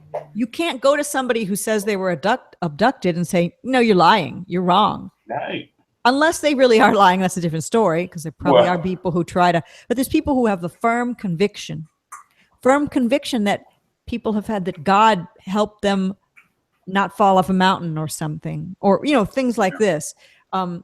They believe it. I'm not the one gonna say to them you're lying or you're wrong or you're ridiculous, because they had the experience and I wasn't there. Yep. But I do know that, when you watch horror movies, I'm not a big horror movie fan, but we've all seen like slasher movies, Friday the 13th, Freddy Krueger, all that. Yeah. Like in the movies, what's going to happen, that there's these cute teenagers and everything's fun. And then later they go to an abandoned house for some unknown reason. And you say, as they go into the abandoned house, as you're the audience, don't go in there. It's all like spooky with like cobwebs. And you're like, who in there? Just drive down the street a little farther. There's probably a nice house where you can use a bathroom. But no, they go in and then things happen and one gets killed. And then there's like 3 people left. And this one guy says, I'll be right back, guys. I left my radio in the other room. And everyone in the theater is thinking the same thing. Don't go in there. And the person goes in there. And you just feel like you're an idiot. And in your real life, you would have known not to go in there. But it's kind of like in situations where if you're watching a movie and there's a couple, let's say, that gets it, like Amityville Horror. Remember, see that movie where there's this old house this couple buys and they want to fix it up and people say it's haunted. I don't know. There's a whole backstory. It actually comes from a book. I always said, if I ever had a boyfriend, or when I've ever had a boyfriend, that if we ever move somewhere and I come out of a room and say, John, I just saw a ghost in that room. If you say to me, nah, you're lying, you're wrong, our relationship's over. If I tell you I saw something in that room, trust me, we're getting the hell out, because it really did happen. And it's like Eddie Murphy when he was talking about it. He's like, oh, baby, look at that. Oh, beautiful, beautiful. Oh, the kids can go out there. Get out. Get out. Place, but here we go. Yeah. Guest day. You have to trust your own instincts about what you saw and felt. And you have to have a partner as well who's on the same page as you. Even if they didn't experience it, they know it's your experience. And they know that you're not a crazy person. And so that's why I think when there's couples and one discovers flat earth and the other doesn't, That's to me, it's got to be very hard. But also it's the person you love. And the person you love and you've been with a long time, you respect, you admire, hopefully all these things, and you trust. And so when that person comes to you and says, hey, babe, here's the stuff. Check these videos. Look at this. Let me show you this experiment. And if you say, nah, I live on a globe, it's almost like saying, nah, there's no ghost you just saw. It's sort of insulting. You're like, come with me on this journey of discovery, please. We're a team. Seems like it could break up relationships. It's nice that Jaron and his wife I both know. discovered it at the same time. I know. I think that relationship that they have, although, no one knows what goes on behind closed doors, is a beautiful relationship. And Bob and Cammie too. And there's others that they're on this journey together. And it's it's just so cool. It's so. Yeah, I'm not quite on it together with my wife, but she hasn't thrown me out. No, that's a plus. And I mean, she knows I'm not, mentally retarded and need to be locked up in an asylum. I have a good brain. Like you said, I'm looking at this and trying to be genuine and look at the facts and not just be a maniac. And that part, definitely supports me on. She's looking at it. She's paying attention. You can't be in a relationship with somebody who doesn't. Well, yeah, I agree with that. I wanted a relationship, and still do someday, I guess, if it ever comes my way, with somebody who's on the same page, on the same journey of discovery with me. But you know what? You can find that, and still the person's wrong for you. So it's no guarantee. I'm living proof. So, but it causes a lot of arguments and fights, and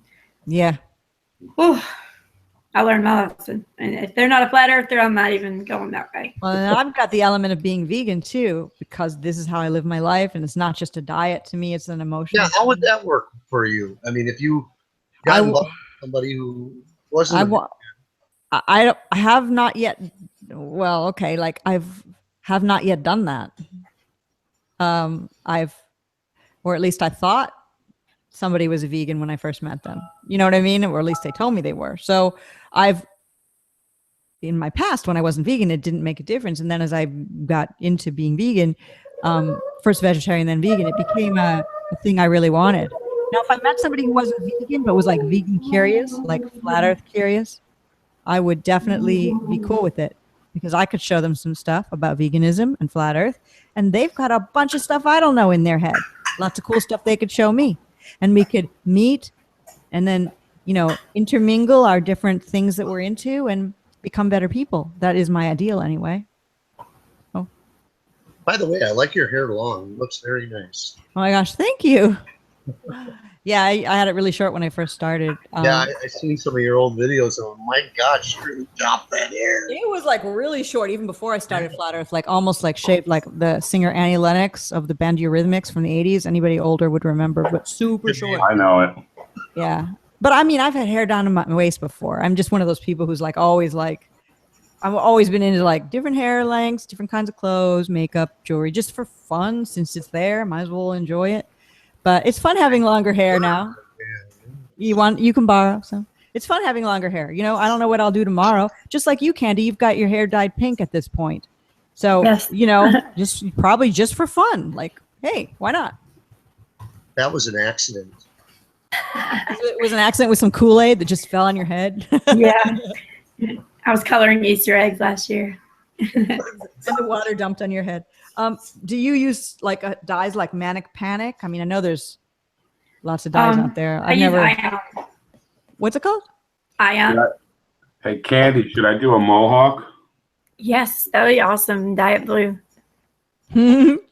My kid's hair is dyed green.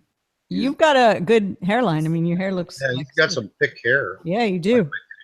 It's there. It's just a little gray. I have some gray here. I use henna on my hair, which is a plant. It dyes things red. Have you seen the women who do those like Mendi tattoos? You see them on their hands. It's like an orangey brown.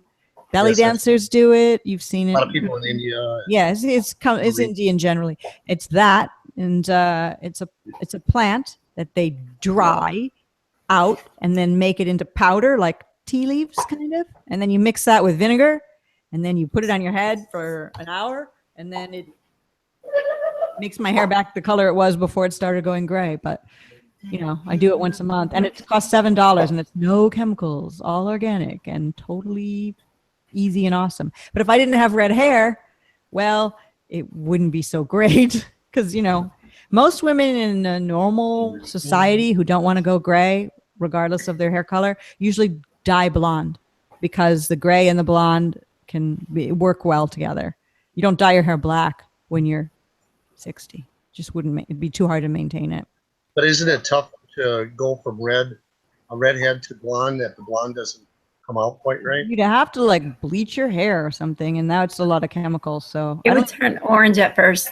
yeah, I don't even use bleach in my house for cleaning. So I hate that stuff, but I do use it on my hair. well, whatever. It's you know what? No hate, no shade on that. I mean, I've gone a long way in like the evolution of products that I use in my home and body over the years because of being vegetarian long ago, just going with all natural makeup and all natural this and then vegan. So it was a very easy transition over many years for me. And when I started going gray, I was like at this, okay, so am I ready to go gray? Nothing against gray hair. In fact, it's a trend now among younger women to have gray hair. Like I'm talking 19, 18. They're dyeing it silver. Dyeing it silver. And it looks beautiful on the right woman. My niece Yeah, I've did seen it. a few silver foxes, that's for sure. And if you do it when you're very young and have a perfect face, it looks amazingly striking. But if you're an older woman or a woman of a certain age and you dye your hair fully gray, you might look quite old. I have no idea. So I don't really know what I'll do as my face continues to age. Will I stop using henna, or will I be like 90 years old with bright red hair and rocking the red hair? Maybe. Whatever I feel like doing, I guess. Maybe Candi, what about you? When you're older, are you going to still like dye your hair blue or pink? It's funny. My best friend that I was talking about earlier, she sent me a video on Facebook and tagged me. So this is going to be you when it was a really old lady, really old. She had pink hair. I was like, Awesome. huh, Why not? maybe I should. When I see women older than me, and anybody, we all consider what's older as somebody who's older than me, older than you. You know what I mean? Yeah. As you get older, older always is above you. Yeah. But I remember when I was young, thinking somebody who was like in their 20s was old.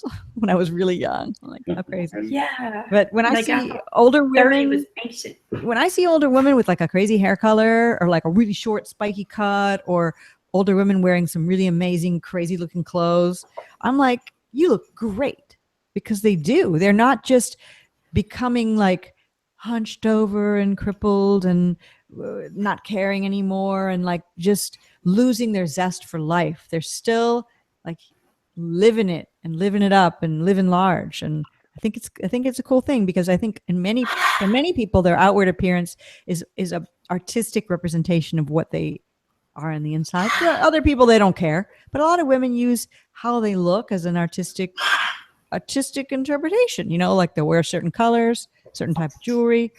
It's just for fun, to express the joy of life. And when I see women doing that at any age, I definitely always give them a compliment. It's a lovely thing to see, like seeing a beautiful flower. It's like, yeah, beautiful flower just made my day. Pat, Yeah. no shea butter for you? Shea butter. I use shea butter. Yes, I use coconut oil. Coconut oil is number one, moreover, than shea butter. Shea butter, I can't explain it, but when I have it, when it's hard and yellow, kind of, it's harder for me to warm up than when coconut oil is. Coconut oil is faster. It melts immediately, and it's easier for me to put on. But you think shea butter is the good stuff? It smells great. Yeah. Coconut oil, too. What were you going to say, Candi? I just bought a huge container of organic coconut oil, but I haven't used it yet. I bought it for my hair because it's so dried out. You can use it on your whole body. Really? You can also cook with it. I've never cooked with it, but. Oh, it's so good with popcorn. Oh, hi, Kathleen. Hi. Ah, I'm talking to a tree, but I know it's you. Yeah, a good piece of wood here. Norwegian wood. That piece of wood looks like it could use some moisturization. It's kind of dried out. But It's a beautiful. I thought you were supposed to eat that coconut oil. but coconut oil is good. Like, Did you not hear You were that? supposed to eat that coconut oil. I thought you were supposed to eat that coconut oil, he said. well, you can, but I mean, I use it for, like, I have makeup on, and before I go to bed, I'll use coconut oil on like a like one of those little pads and just wipe the makeup off. It will instantly dissolve it because it'll break down like mascara. Wow. You guys know, because you break down your mascara. Basically, you smell like a margarita. Yeah, it just cleans. It's like using those expensive cleaning products in stores that are loaded down with toxic chemicals, but instead use coconut oil. Shea butter would do the same thing. You could also use olive oil, depends on what you like. And really all you need for, if you're a man or a woman, for anything at all, would be baking soda and coconut oil, or shea butter if you prefer. But I'll just say coconut oil because that's my thing. That's really all you need. Baking soda and coconut oil. You can mix them together in the palm of your hand and just put a little pat under each arm. Done with your deodorant. You will never stink again at all. You can brush your teeth with the baking soda. You can use the coconut oil in your mouth to rinse right when you wake up in the morning, oil pulling to pull out the impurities in your mouth. You can use the coconut oil as a body moisturizer, great for your nails, great for your hair, great for your lips. You can also wash your face and use the baking soda as a sort of scrub for your face. Also for your whole body, scrubbing down with baking soda. Seriously, like baking soda and coconut oil, you really don't need much else. Wow. I never knew That that. as a woman seems like it takes a Totally long cheap. time. Totally cheap. Oh, and I also clean. I make my own cleaning products. I use 90% isopropyl alcohol, which I guess is toxic because it's alcohol. But I mix it in a spray bottle with white vinegar, like organic white vinegar. And that's my I'm hungry. cleaning product, like that I spray everywhere to wipe down the windows and the countertops. So it's basically white vinegar and alcohol. So the alcohol just makes it evaporate, which, so nothing's streaky. And I use baking soda, like if you want to scrub something like your kitchen sink or your bathtub, throw some baking soda down and get the scrub pad out, and there you go. It's really inexpensive, and those things are non-toxic, and they're not going to hurt my cats who are walking all over on countertops and surfaces. So, I do have soap. I do use laundry soap, but it's like really pure, simple, organic stuff, and dish soap, but I try not to buy these products, the expensive products, not for the cost really, but because you're giving, even if you're using organic companies, you're buying plastics that you use and if you buy a big thing of vinegar and a big thing of alcohol, you can make your own cleaning products, which last a whole lot longer than if you just bought a bottle of Windex, which is toxic anyway. So it's less expensive, better for the environment. And it's cool to try to like thwart the evil system that we're under by not buying their toxic products. It makes you feel good. Like I win, not you. Wow, that's awesome. Grooming yourself as a woman seems like it's a hassle. I guess. No, I don't know. I love it. I like being a woman. I like doing all the girly things. I like putting like mud masks on my face and doing my nails. I don't know. Maybe because I'm a truth seeker, I'm not supposed to do those things. But you know what? That's like my thing I like. So other people don't, and well, whatever. I did my Nice nails. things. What'd you say, Kathleen? I said be feminine. It's fine. Yeah. I like all that. I'm not going to change the person I am now. That I do see it as being a lot of things about the beauty industry super shallow. I agree. It certainly is. But I grew up reading fashion magazines at 13 years old. I had fashion magazine posters on my walls in my bedroom. And I thought that there would be no better life than being like an artist's model or if, not that I could be a supermodel, but when I was really young, because you'd get to travel all over the world and meet all these interesting people. The part about like going on a runway or having your picture taken was like, to me, I didn't even think about that. I thought more about like, you'd be in Paris, you'd be in Italy, you'd be in New York. It would be an awesome life where you could have all of these experiences when you're not, my cats are fighting, when you're not, doing the modeling thing, just where you are living your life, trying all these kinds of food, different cultures. And I had all these like travel pictures and modeling pictures all over. And I thought it would be an awesome life. So I grew up with that beauty culture in my mind and loved like shopping and pretty things. And it still is part of me, I still like traveling. I still like pretty things. I'm not going to change those parts of me.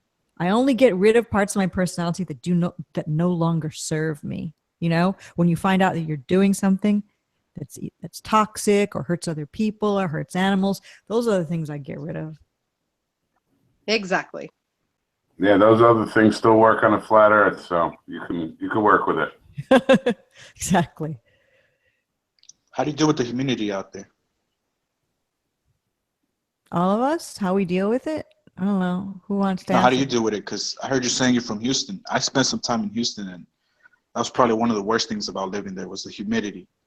Oh, yeah. I'm not from here. I'm actually from a couple different places, Florida and Michigan. I was born in Washington State, but I grew up in a couple different areas. I don't like the weather in Houston at all. I live here now.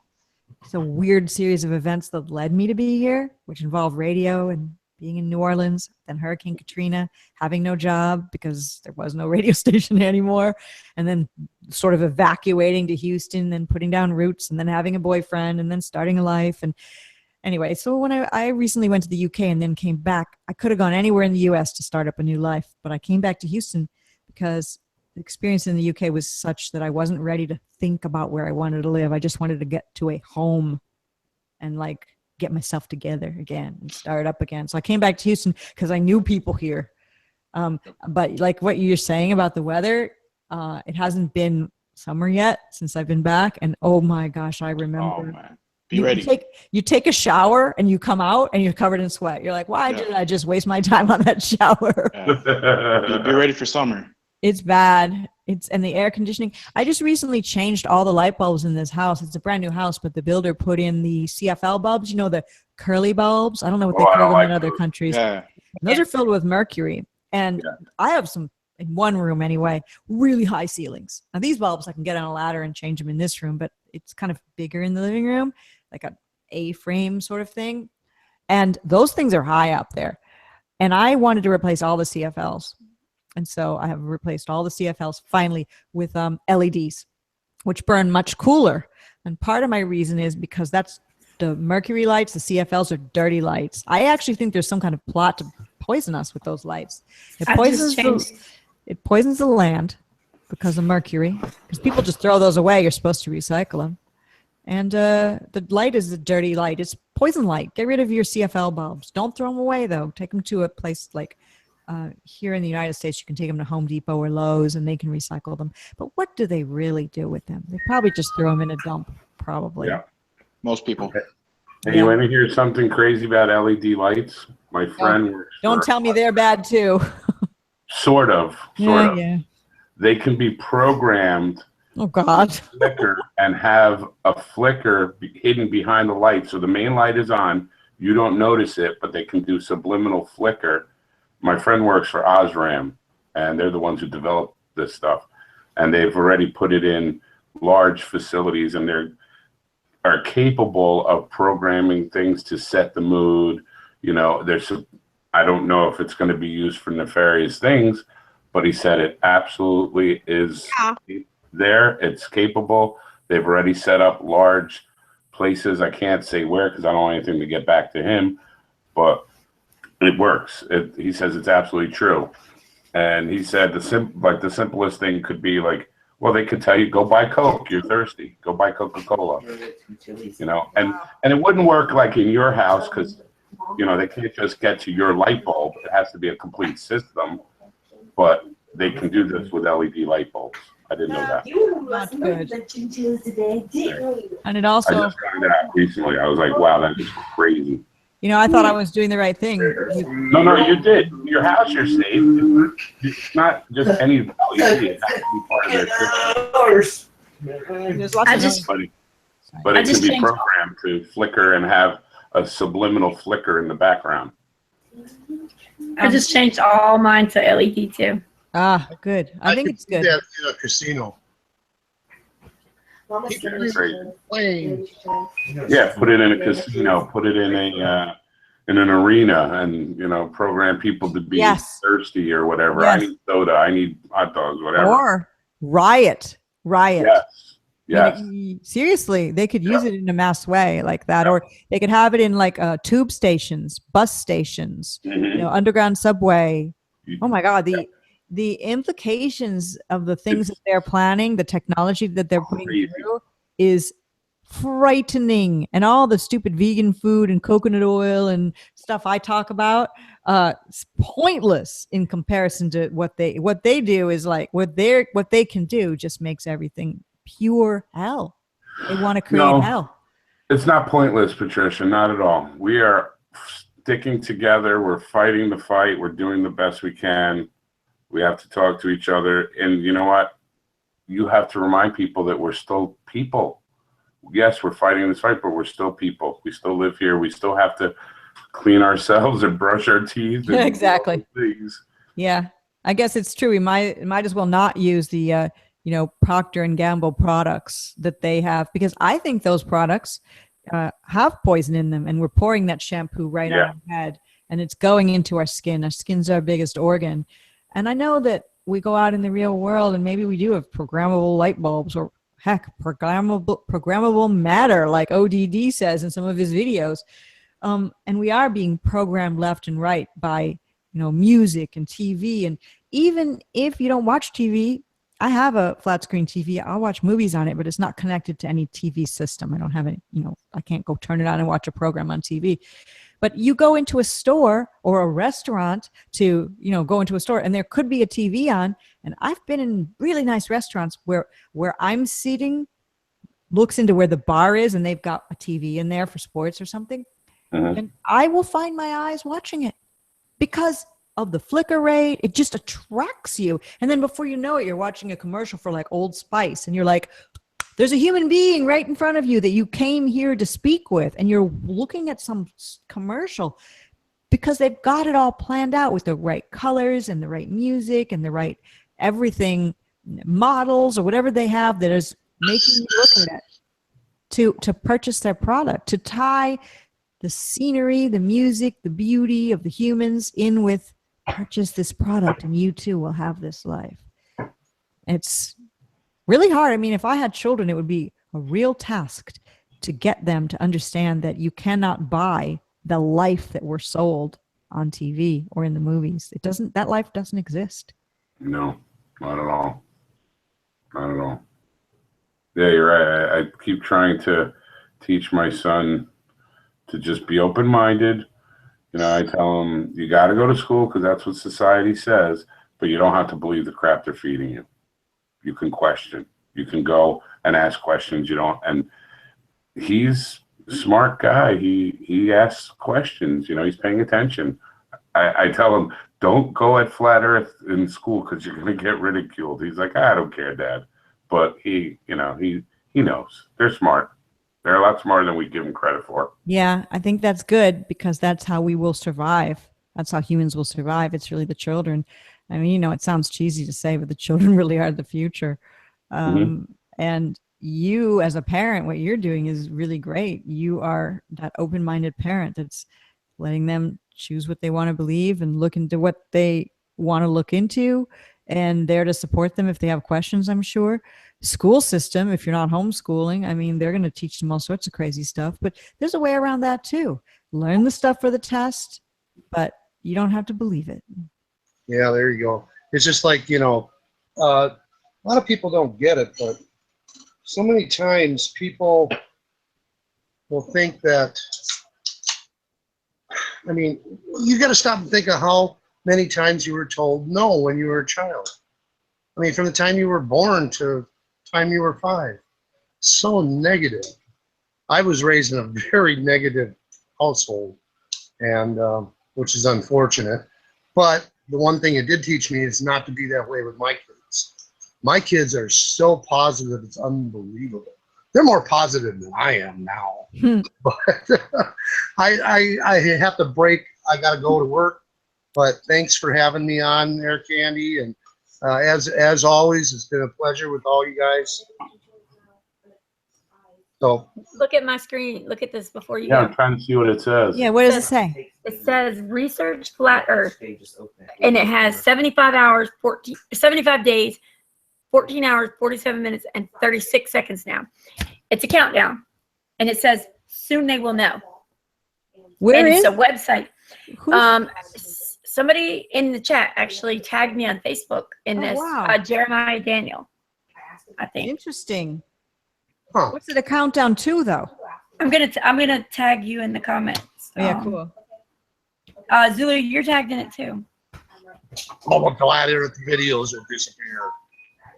Oh, Patricia, you already tagged in it. Oh, I haven't looked at my Facebook since I did my show earlier today. I so- accidentally just opened my notification and Okay, guys, I got to go. I Bye, have to go Wes. too. Bye. I'll pop back in. bye. But All right, bye-bye. thanks for having me on. I really appreciate it, Candi. It's really No nice problem. of you. Yeah, Are you I'm going sorry to to now? keep you so long. Yeah, I was supposed to go earlier, and that's Big L, though, right? Is who I was speaking with earlier. Yeah. Yes, ma'am. Okay, good. Because you never said who you were, and I'm like, I'm just guessing, not by the picture, but by the voice. I'm like, Yeah, he's a man. thank you so much, everyone, and thanks to all in chat, and thank you, Vincent, for being Thank the you for guy in coming. charge of it all. And I'd love to be on again if you ever need an extra person. Oh, yeah. Oh, man. Okay. Thank you. Anytime. I'm Thanks gonna for do this talking to me, often. Peter. I'm going to be listening while I'm getting in my car and driving. So Yeah, we There do you this go. often. So goodbye. Bye. You have a good night. Kathleen. Bye. Bye. Flip. Bye. Pleasure. Bye, Patricia. Goodbye. That was cool. She's so classy. Very, very sweet woman. yeah. That's me. Uh-oh. Turkey. Oh, Stop. was That's good. me. so what's everybody up to? Not much. Stop. Okay, so that's July 4th, 2017, Karen said. July 4th of this year. That's what this countdown thing is? Yep. Destiny, stop. I'm so sorry, y'all. Set her I'm up. so sorry. My kids are fighting.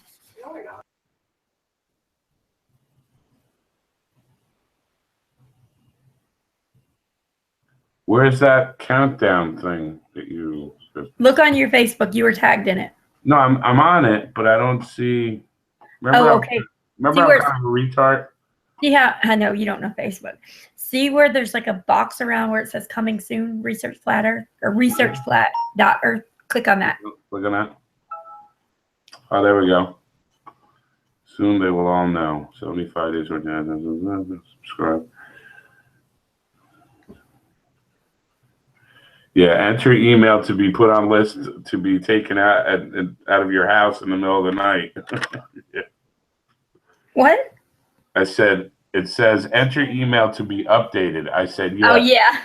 Enter email to be dragged out of your house in the middle of the night by thugs in black boots. Yeah, I didn't want to put my email in either because who knows what it is. I can't lean back. It's not. Oh, man. Okay. That's all right. They already know who we are. How does your channel get trolls? Well, your guess is about as good as mine is. But I'm gonna end this hangout, and I don't know if I'm gonna start another one tonight though, because I'm kind of tired and I have to get up for work tomorrow. Are you going to actually go to work tomorrow? Yes, that's why I just looked at the time. I didn't realize it was this late. What time is it? Midnight. 11:30. Holy crap! How long have we been on? Time did fly by. Holy crap! Wow. What time did we start? Right after 9. Wow. Wow. Wow, Patricia hung out a while. Probably not on time, Hooch. No, probably not on time.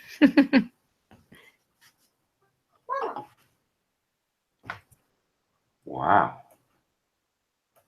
Yeah, I know. I didn't realize it had been that long either. Happy National Grilled Cheese Day. It's National Grilled Cheese Day. Yeah. It is. Go make me one. Oh man, I could go for a grilled cheese. Me too. I love them.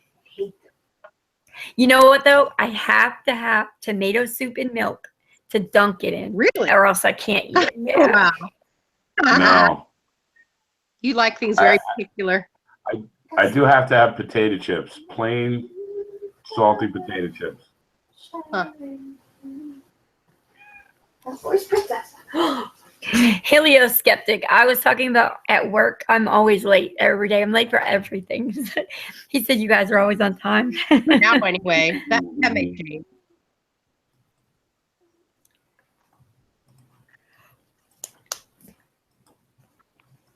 Wow. Yeah. Oh, Karen's a fan of grilled cheese and tomato soup too. Yes, Karen.